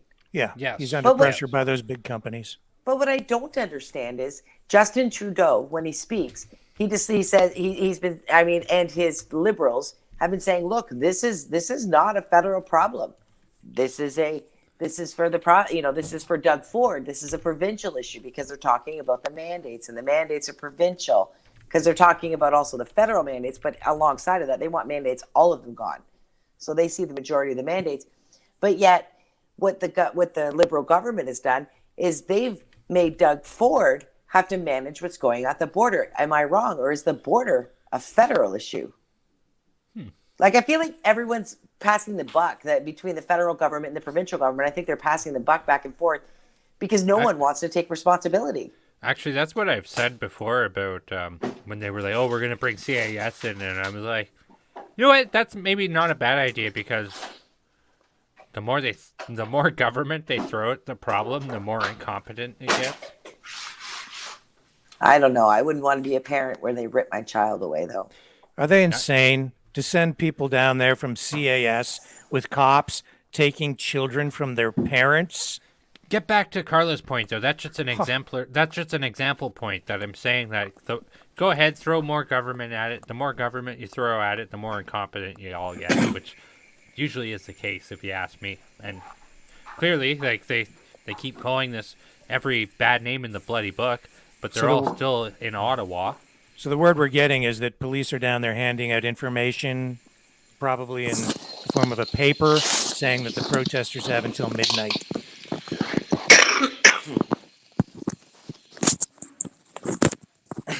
Sorry. So it looks like they haven't, if this is correct, it looks like they have until midnight tonight. And then it looks like the cops are probably going to do something around that time. I love this guy. If the information we're getting is accurate. So, yeah, I mean, it's just the government certainly has escalated things. They've taken things up a notch here today for sure. Yeah, it is escalating. So that's why I want to get back up there and see what's happening because I want to catch any footage if I can. I'm praying that it stops this snowy, wet, rainy thing that's happening because it's hard for me to, Yeah. I don't have that beautiful equipment. Fox News, big show from them today. They were there all day again today. So, I mean, man, we love Fox News right now. Yep. Because they are showing it, and my husband was talking to the reporter from Fox News. He's probably famous, but guys, I haven't watched mainstream media in so long because I have such a distrust for them. I don't know who he was, but he said that this is basically all that they're talking about in America right now because all eyes are on Canada. And he said it's big news. And that's why they've been here on the ground for the last several days, day and night. Yeah, well, I hope the cops remember that. I hope the politicians take note of that. The world is watching. And to this point, the entire thing, regardless of the way that media has been portraying it, it's been a very positive thing. It's like a national moment in a lot of ways. This is something that our grandkids, our great grandkids, like generations from now, could be looking back on this saying, that was the time when Canada almost lost its freedom and the truckers and the farmers saved us, right? Mm-hmm. And all the Canadians stood up. Yes, that's right. You were there. Yes. You can say to them. Stood up in peace, mm-hmm. peacefully, and saved the country. Yeah. The world is watching. And so it's either going to be something like that goes down in history, or this will be Justin Trudeau's Tiananmen Square. Exactly. I mean, already the police have Justin Trudeau has destroyed the reputation of our government, of our police. And in fact, he's injured our healthcare system too, because there's a lot of distrust among the healthcare system, right? As soon as healthcare workers were fired, people, and then just with the push with the vaccine, because it's all intertwined with public health and healthcare, people don't even want to go to the hospital. They don't trust them.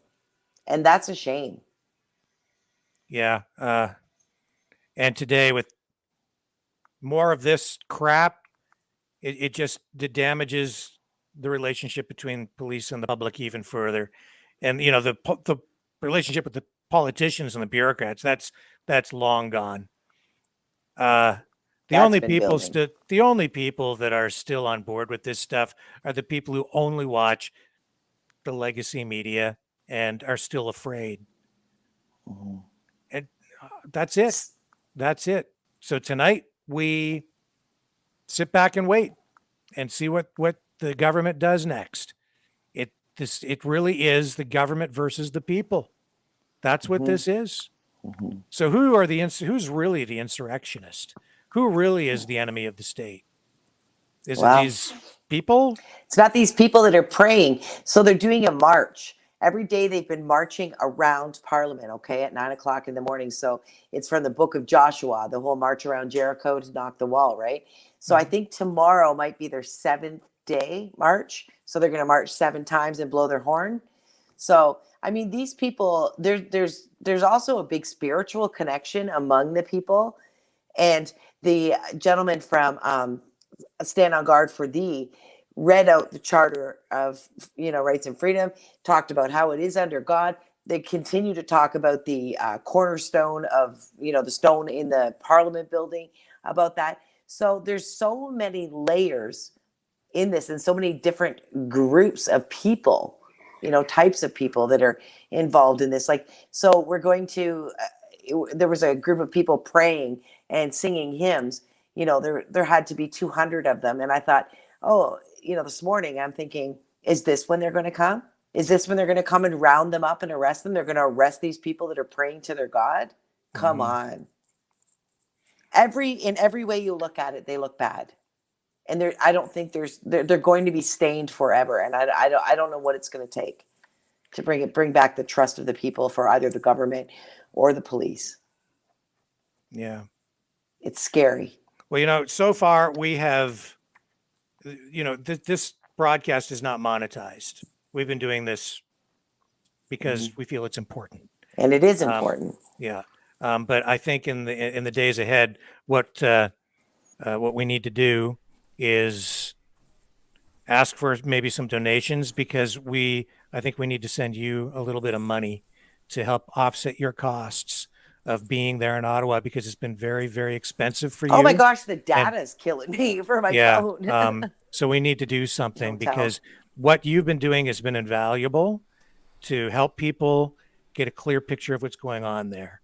And I'm gonna look at getting that set up for tomorrow, so that when we go back on air, we can try and generate some donations of some kind to help you because of what you've been doing up there. Brendan and I'd like to stay until the very end. One thing too. Did you guys happen to discuss what was that? What was their latest fund? I'm losing it because I've had so many things in my head. Give, Send, Go. Yeah, Give, Send, Go. So yeah, we did you talk guys, about that. Yeah, you did talk about that, so everybody's aware that the government tried to get their filthy hands into that and freeze those funds, and the Americans said, "Oh no, get your hands out of this." And my husband Matt was telling me that Give, Send, Go is actually it's a Christian organization. It's primarily used for missionaries to send them out. Hence, Give, Send, Go. Right? Mm-hmm. You can't mess with these people. You can't mess with them, and I appreciate that. And I think it looks good on the government and good on them, and shame on GoFundMe. Yes, absolutely. And and the Give, Send, Go also. They said, you can't touch us, Canada. We are an American company. Your laws mean nothing to us. Whereas GoFundMe, if I'm not mistaken, is American, right? Mm-hmm. Why did they roll over? Because they're corrupt. Because the left, here's my kind of proposition on that. The left has turned, let me rephrase that. The far left has condemned this to be a far right thing, but that's not true. And we've seen from that live video that the radio broadcaster from Winnipeg stated that this is not about left or right. This is about right and wrong. Mm-hmm. But the far left don't take that, and they don't take that because the far left has been corrupt for so long. And we've seen that with all kinds of things. Some examples are calling BLM riots where they burn the entire town down, or the entire downtowns down, and they say, oh, well, it's a mostly peaceful protest and that sort of thing. That's just a tip of the iceberg of the corruption. But the far left has been corrupt by corporate interests for so long. It's insane. But it's the far left that has turned this into a right-wing issue, and it's not. No. Yeah. So where do we go from here, guys? So you know what? Let's all keep positive vibes. Anyone who's got positive vibes, send them to Ottawa, send them to the borders. Well, right now it looks like the people still have the momentum, Yes. the politicians. I don't think they have the people on their side by and large, so they don't have the support of the people. I don't believe they do at this point. So they're on very shaky ground. I think police need to remember that too. They need to be very careful about what their next steps are. And I'm still optimistic that we can get a very positive outcome from this because we've had some big wins for the freedom fighters, and we've seen some big losses on the side of the government so far. They've been caving. They're trying to save face, and that's largely what Doug Ford was trying to do today. He was trying to appease the people that he is indebted to, namely big corporations and people who no doubt contributed to his campaign, and he feels he's beholden to, right? The big auto companies and other firms that rely on cross-border transport. And at the same time, he's saying, but you know, we're very close to ending the vaccine passports in Ontario. I don't buy it for a minute. I don't either. He already he's a flip-flopper too. He's getting a pair of flip-flops. As soon as Yep. they come into season, they're getting mailed to him too. Him and O'Toole. Little gift from Carla. I'll wrap them nicely. They both. He already tried to sell us that in the fall. If we all remember, we're all supposed to have the vaccine passport gone by now. Remember? Yeah.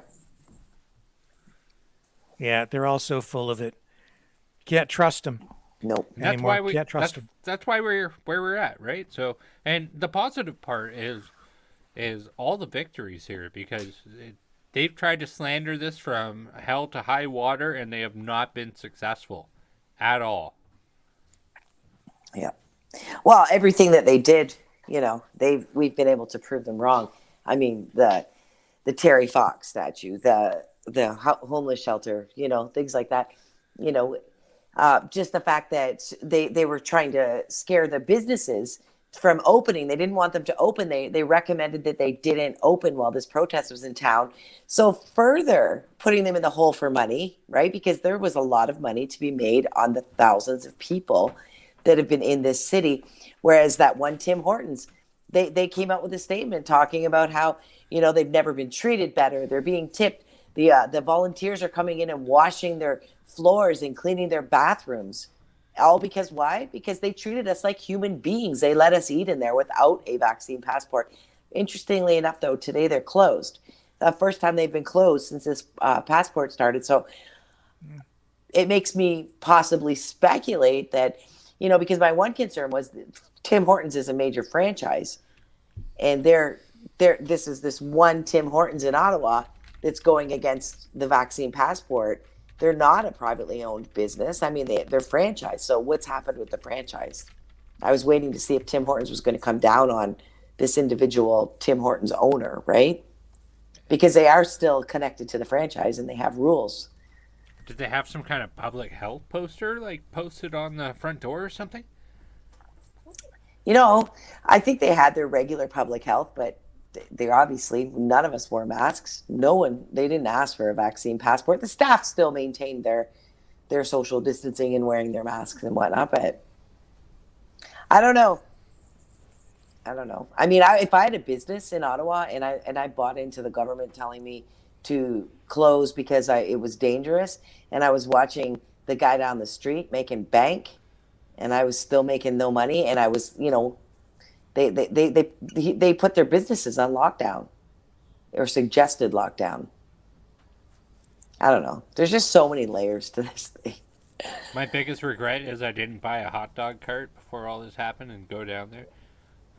I thought there would be like like trucks, food trucks, hot dog carts. No. Because you know why?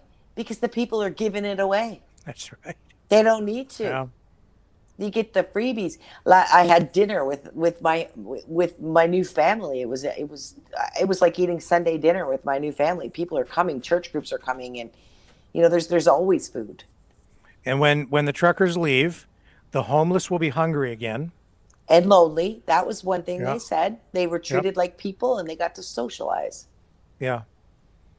And all the problems that have been down there for a whole long time will be right back, including the escalation in crime, because we know that crime is down about 90% since the protest began and all the truckers moved in and set up this, really what I see is sort of a community within a community. Mm-hmm. And everybody down there is helping each other. It's like that lady said, it's one of the most beautiful things that anyone has ever seen. Anyone that goes there and witnesses it. Guys, I'm forever changed. Like I'm running out of words to describe, to articulate what I'm seeing.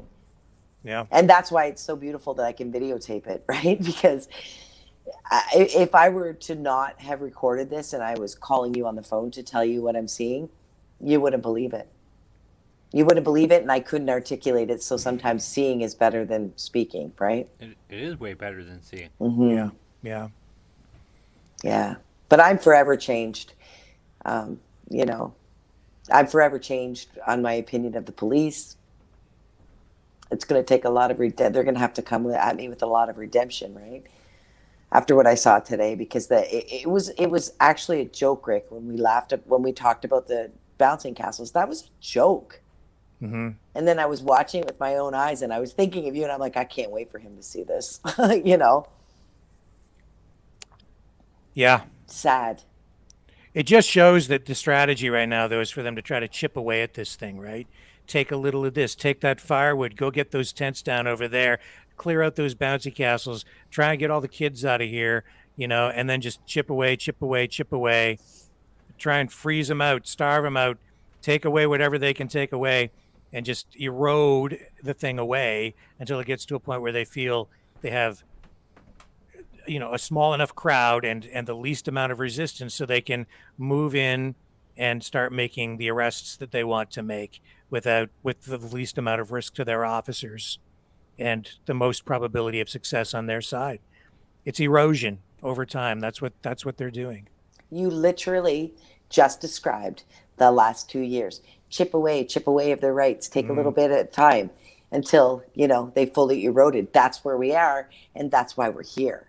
Yeah. So their MO, it's getting really old.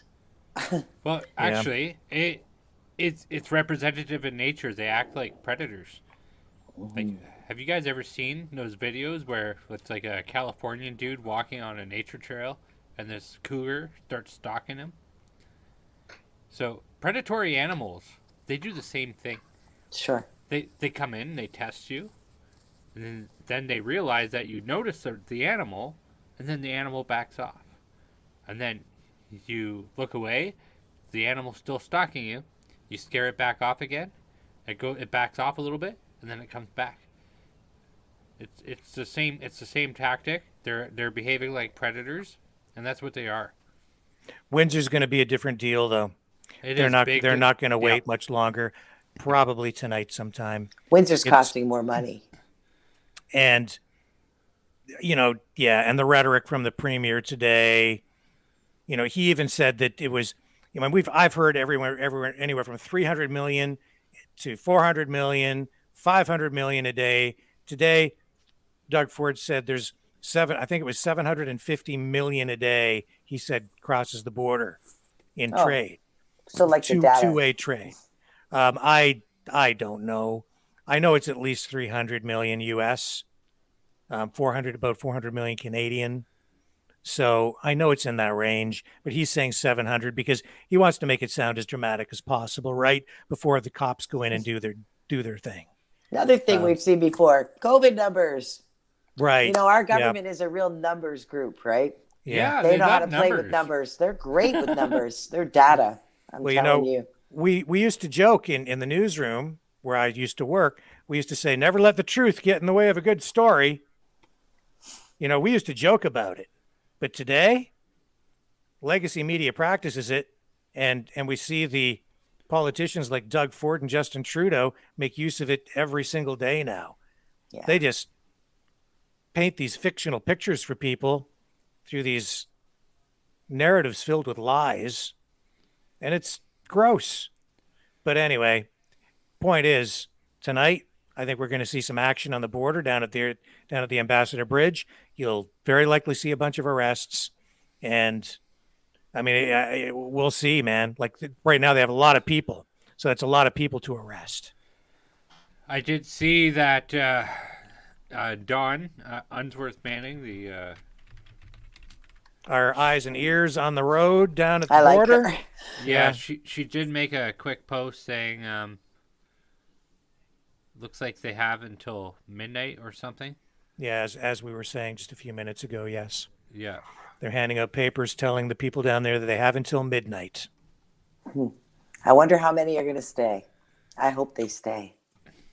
I don't know, but I'm almost inclined, Brendan, to say to the folks watching that maybe we could come on with an emergency broadcast around midnight tonight and show people what's going on there live. Do you want to do that? Maybe. Say yes. Just say yes. You only live once, Say Brendan. yes. I'll even come on, and What are you doing at midnight anyway? Windsor. I'll do it. I'll come. I'm on. Come on, Brendan. Okay, Pressure's Brendan. on. Peer pressure. You got a hot date or something? Like, what is it? He It's Friday does. night, I know, but come on. Do you? Brendan. I will never tell. People will He stop does. watching. People will stop watching if they think I've lost my bachelorhood. What's hotter than what's happening right now? That's right. There is nothing. Not only that, but when you're trying to impress whoever it is that you want to get a date with, just say, hey, man, I did the midnight emergency broadcast. Yeah. Because I'm cool like that. That's right. Because I'm a patriot. That's right. Impressive. That'll get you the girl every time, Brendan. So I we promise. will come back. We will definitely come back on just a little before midnight and hang in there for a little while after, just to give people an update, let them know what's going on. Not saying anything for sure is going to happen at midnight, but we want to know. Well, I'm going back downtown. I can let you know what's going on in Ottawa, and hopefully Dawn will have some good information for us. Yeah. To be able to get a phone charge. Let's get Dawn a on-the-go charger like I have. Yes, we have to do something because We have to get that for her. Yep. I think She's I awesome. think I'll talk about that with her. I'll message her. Okay. Oh, she's back. She's back right now. Let's get her on. Hey. Hey. Hey guys. So I'm just checking in here. I've got 7% left on my phone. Okay. Really nothing has changed here. Other than the crowd has gotten bigger. I'm gonna try to scan a little bit for you. I feel like a terrible camera person because I cannot see what I'm doing, but it looks good. Rick will keep you in charge. Don't worry. He'll keep you accountable. It's looking great. Good. It's all good. It looks perfect. So there's been a little bit of movement of police on the side streets, but other than that, the only other thing that they've told us is that we're not to take the paper from police. Supposedly they're going to come around and hand out a piece of paper that tells us what we're doing is illegal, and we're not to accept that paper. But other than that, that's really all that I've heard or anything that has changed. The crowd is just growing by the minute. I keep seeing more and more and more new people. The drone comes out once in a while, and And other than that, there really isn't. Everybody's having a great time. Everybody's in good spirits. And the American media, there's quite a bit of American media here, and they brought over, I can't even tell you how much food they brought over. The media? Just the media. Yes, the media. I couldn't believe it when they told me. But the American media, so Channel 4 is here and Fox 2.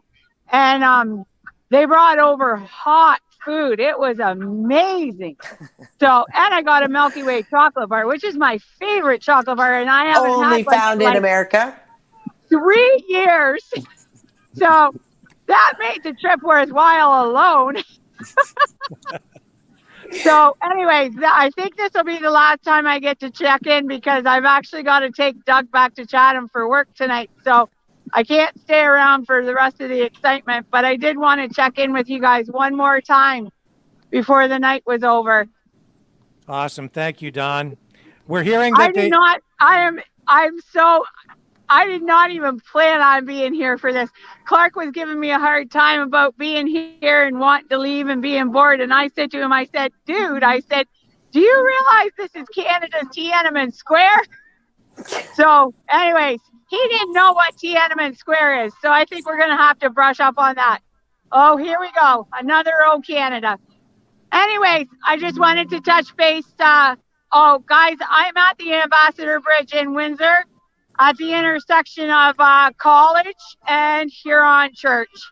There's one man here who showed up. He's in a wheelchair, and he said that he told us. He said, I came all the way here from Olette Avenue. He said, my chair weighs over 300 and I weigh over 350. He said, I want to see him take me out of here. Good on him. So. Okay. So we're hearing that they're looking at midnight. Is there any truth to that, do you think? I've not heard that. I had heard 7, so we're not really hearing anything more at this point. But I can believe anything. I don't think the crowd is going to dwindle at all. In fact, I think it's going to continue to grow. So they can put it off as long as they want to. These people have no intentions of going anywhere. If anything, they're digging in deeper. Okay. You tell them, hold the line. I'm sorry, I cannot hear a word you're saying because everybody's cheering here.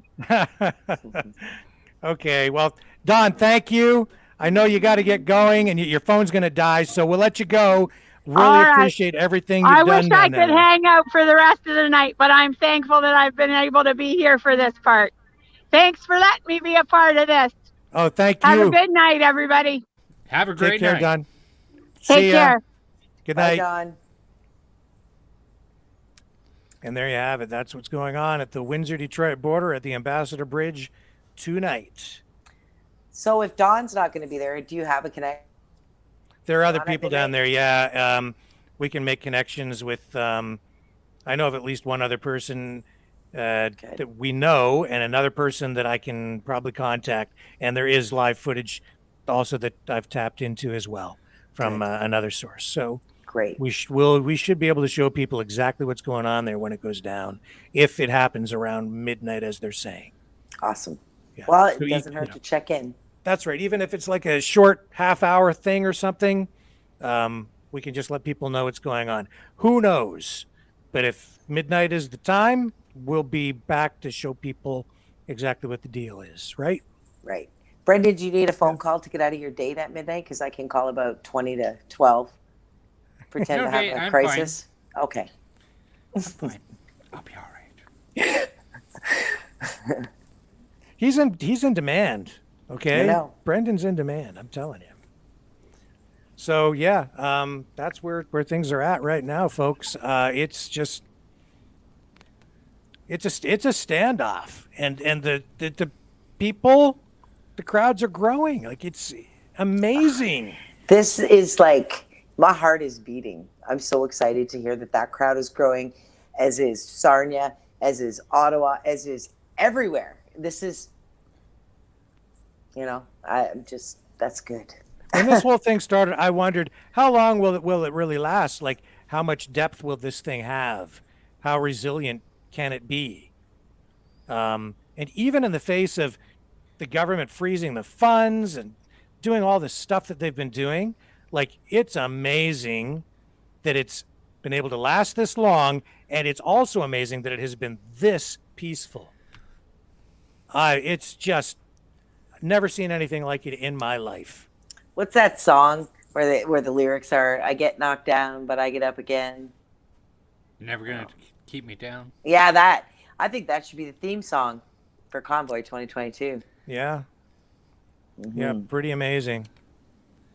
I don't own the rights to that song. I don't. Oh, believe me. I've learned yes. I get blocked until I put my little statement up on my Facebook, right? Yeah. Because there's dance parties. I walk into music. It's not like it's avoidable. No.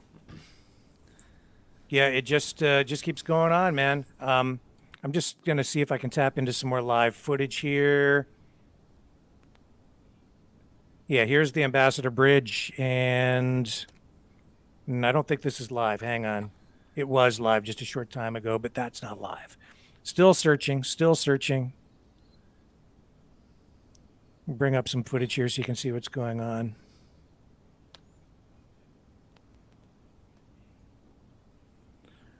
Yeah, I got something here.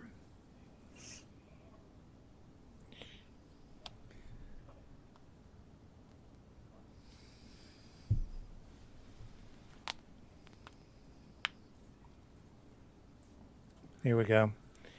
So as you can see, no traffic moving. This is not live, but it is very recent footage from the Ambassador Bridge.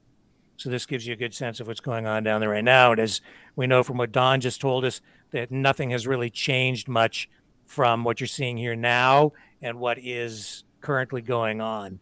And because police are down there handing out these papers, apparently I don't know what's on those papers, but it says something to the effect that what you're doing is illegal. We've heard that it has something on there about you have until midnight to clear out. Well, if it's so illegal, then why aren't they just arresting them then? Yeah. Well, because they're afraid, they don't know what to do. They know what'll happen if they put too much pressure. It'll be Ipperwash 2.0. Well, I hope not. I certainly hope not. Well, I'm not giving any hopes or declines here. I'm telling you like it is. Like that's. Yeah. Well, it's not whatever they do, man. It's not going to look good on the cops. No. They're already there. They already look bad. But there's. And like this for me still brings back memories of the truckers' blockades back in the early 90s, 1991, and I was there covering all of that. And yet, strangely, I don't hear anybody even talking about that. It's strange how people have forgotten their history, even their local recent history. That was a big deal back in the early 90s. The same kind of scenario where it was costing big companies huge money. The auto plants got shut down for a time. It was putting real pressure on the economy.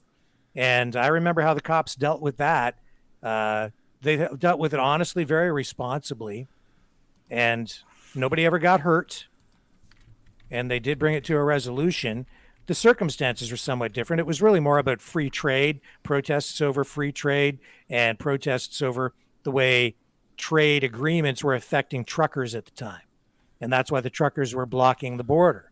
So it was not as the circumstances were not affecting people in a national context that way or across the population. It was about a single industry being affected and about free trade in general as it affected people. But the point is, it just the way it went down mirrors very much what we're seeing here in Windsor tonight. And it was really the local police who ended up dealing with it and bringing it to a resolution without anyone being hurt. And they had a person who sort of was leading the blockade at that time, and they ended up arresting him, and he paid a heavy price because in the end, they didn't get what they wanted. No. And he ended up not being able to work anymore because no trucking companies would hire him. Wow. So they, cost him his career as a trucker, essentially. So who knows what's going to happen with this, but this is different. And, the mayor of Windsor came on in this sort of news conference that they had the other day, yesterday or the day before. And he said that this is a leaderless protest. And he also said that, and it largely is, because I don't think the politicians understand that this is just an uprising of the people, an uprising of sorts. But the people are standing up because they've had enough, and so there isn't really just a single leader for this. But what the mayor was really wrong about, really, really wrong, is he said that, well, there are people down there protesting because of climate change and because of this issue and that issue, and they don't even really have a coherent issue. They don't really have a single thing that, it's not clear what they want anymore. Yeah. No, he's wrong. Well, it's perhaps, very clear what they want.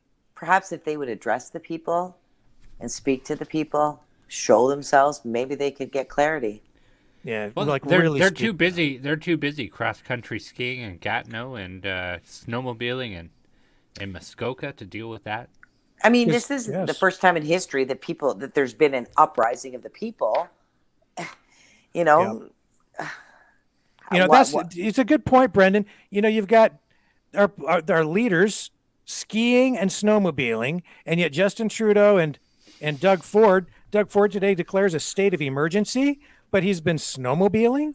It's that scary. It's that much of a problem that he had to declare a state of emergency, but he's been snowmobiling.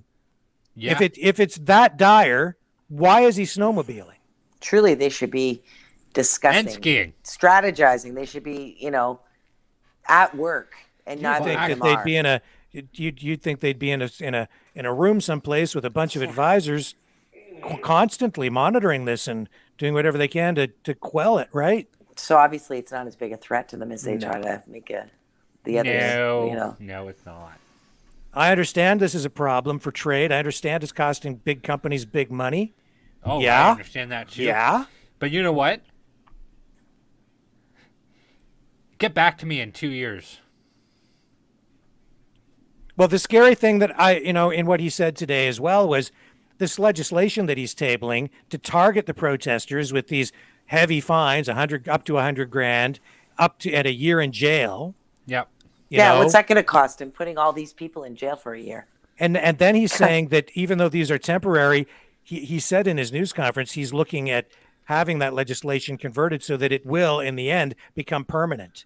So he's not going to restrict your right to protest, but don't do this because we're going to put legislation in place that will prevent convoys like this from ever happening again, blockades like this from ever happening again. That's what he said today. So that scares me too, because this is political. This is a political struggle. This is a protest against government policy. And the government is responding by saying, well, you can protest, but not really. Well, they've just been trying to, and telling us basically they're just going to change the laws, make new laws to suit their agenda, suit their side. Yeah. Because they don't care about the Charter of Rights and Freedoms. They don't care about the Constitution. And they've just been making up new laws as they go along so that they can go down there and steal people's firewood, fuel, right? Try and freeze people out. Don't feed that guy. He's a terrorist, right? What they're on is they're on a war footing with the people. Yeah, everything they're doing is the kind of things, these are all things you would do if you were at war with a real bona fide enemy. Take their funding, take their money, seize their fuel, right? So they can't fly their fighter jets or fuel their vehicles.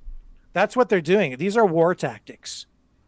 And in Ottawa, General Slawley is doing his very best to implement those war measures.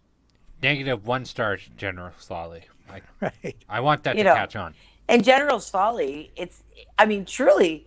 -1 star, General. Oh, -1 star. He must be, the pressure on him is immense. He's taking on the pressure of both the federal government and the provincial government.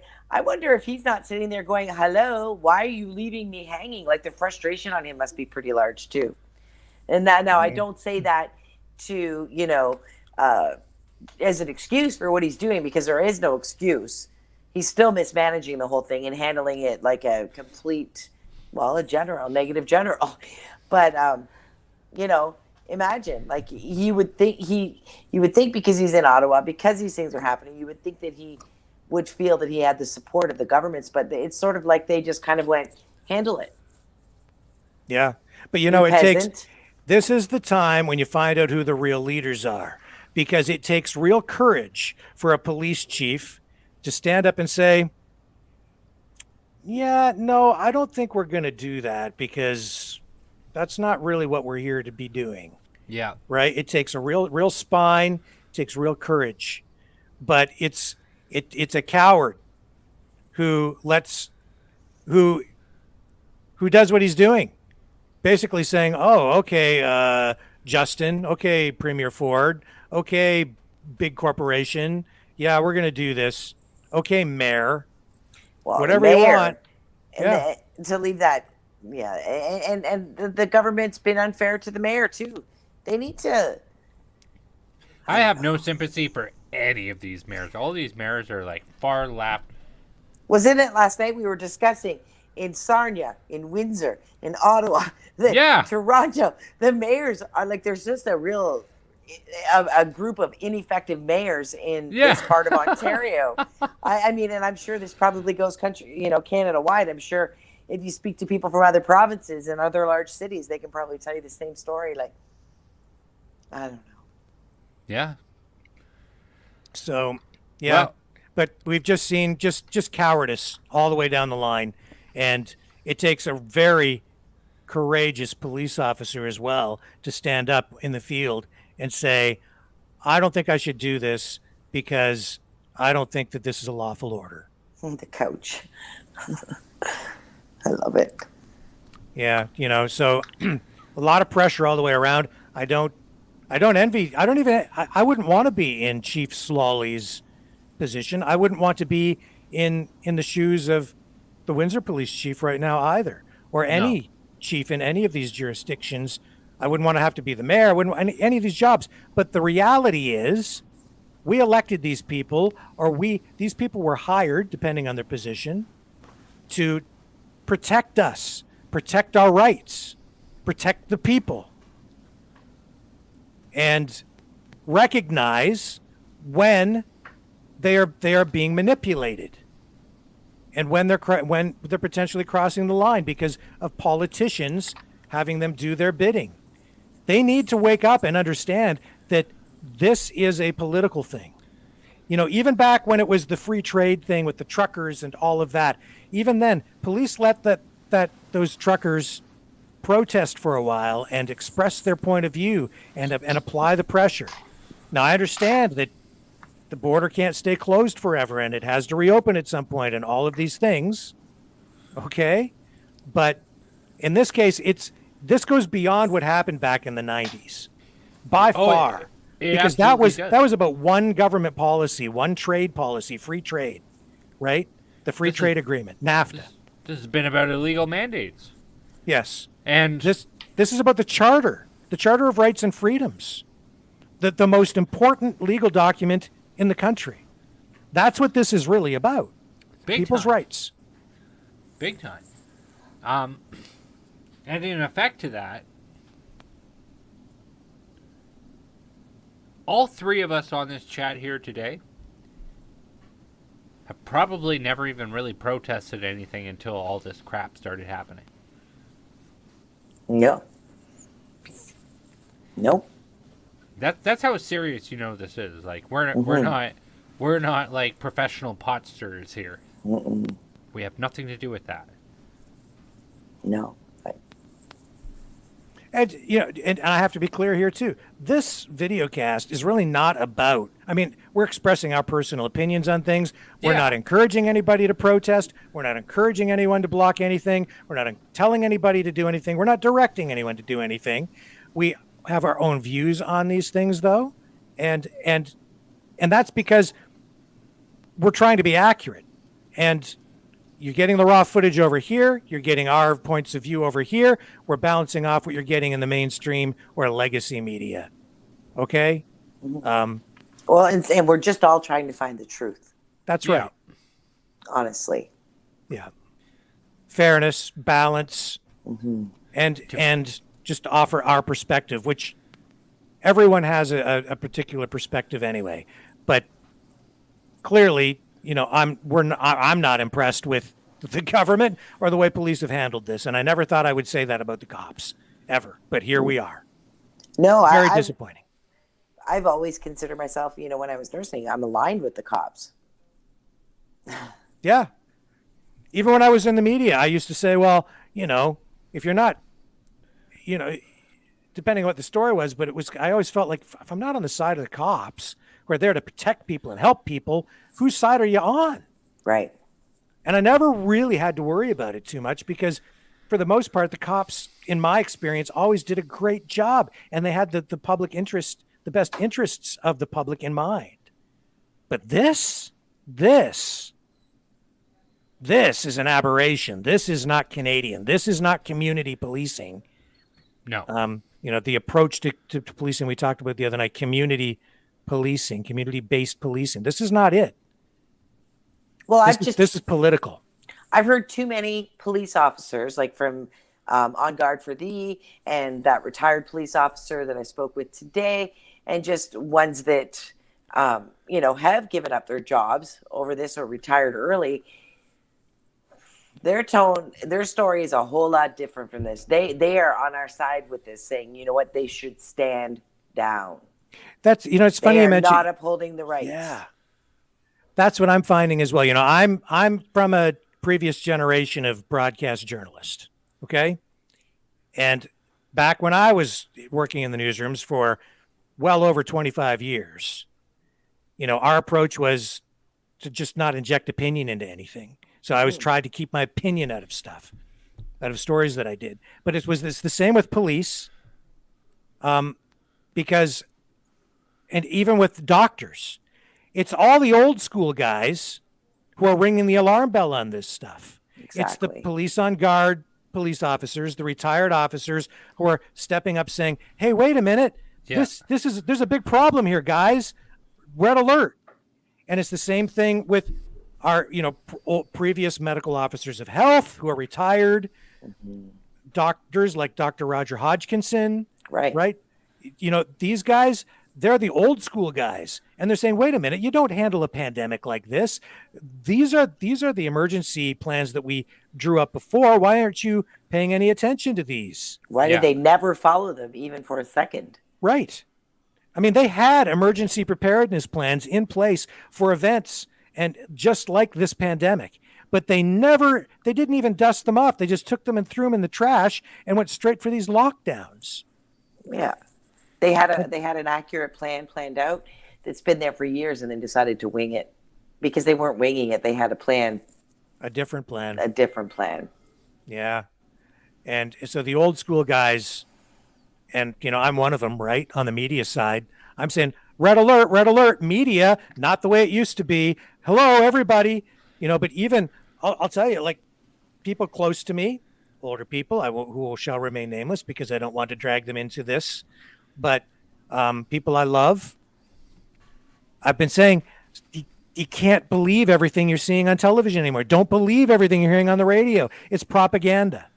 And they're looking at me going, no, they think I'm nuts.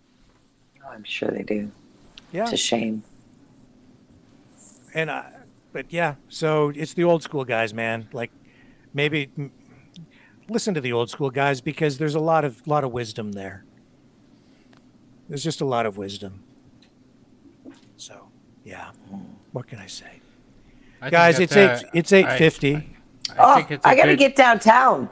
Yep. I was only going to be on here for a half an hour. See, you guys just buy a Mercury or two. Crazy about a Mercury. We're not advertising for Mercuries, but yeah, it is 8:50. Let's call it quits. Take a 3-hour break. Yeah, because to be honest, my dog, my new puppy came down just right now, and is tugging at my arm. You should show the world your puppy dog. Yeah, let's see the puppy. I love dogs. Sure. That'll bring us like 500 more subscribers like instantly. Oh my god, he's growing so fast. And make it like full screen. World. Oh my goodness, this is Cosmo. Make it full screen, not that little screen. Yeah, we don't want to see that little screen. I need the whole thing on my glasses. Yeah. Oh yeah. Oh, he loves you. Oh yeah, I love him too. So what's his awesome. name? Cosmo. And what kind of dog is he? He is a border collie. Oh, how old is he? He is about 9 weeks old right now. Oh, he's so much fun. And when we brought him home, he likes to bite everything. I'm putting you down now, buddy. Okay, there you go. We're gonna. Is he? Okay. Is he training well though? They say border collies are really smart. Oh my God, he's so smart. Yeah, super smart, and yeah, he's already trained. He's lovely. Broken. He like in a couple of days. No, they're brilliant dogs. Yeah. You should get him into agility. Agility? Yeah. Yeah. Have you never seen border collies do agility training where they can jump through hoops and do all these things? They're brilliant dogs. Yeah. You know what? When I got him, he was so small. I was like, I carry him around the block, right? I go, let's go for a walk. And I'd carry him because he couldn't walk that far. But now, in just a few weeks, he makes me run the entire. It's good for you. He's going to kill me of a heart attack, or I'll get in really good shape. But anyway, enough about me and my dog. We'll be back tonight. Yeah, we'll see you tonight. Then you'll be fine. Yeah, we'll be back at midnight tonight for an emergency broadcast from the Windsor-Detroit border, and we'll show you exactly what's going on down there, and we'll see what happens with this standoff between the people and the government. Nice. All right, guys. I'm going to go check out downtown. I'll let you know what happens. All right. Thanks, Carla. All right, guys. See you later on. Yep. Take care. Good night. Okay. So that's it, Brendan. That's it. For now. Well, everybody, it's been a great doing this broadcast with my old-time friend Rick Walker, and it's great to see you all, trolls and all. My name is Brendan Kennedy with the Flow of Discourse podcast. And I'm Rick Walker with Maverick Multimedia and Maverick News. And if I still have a left arm left, if my dog doesn't chew it off between now and midnight, we'll be back with more live coverage of Freedom Convoy 2022, cruising to the Capitol and points in between, including the Windsor-Detroit border. Ciao for now. Catch you on the flip side at midnight tonight, Eastern Standard Time.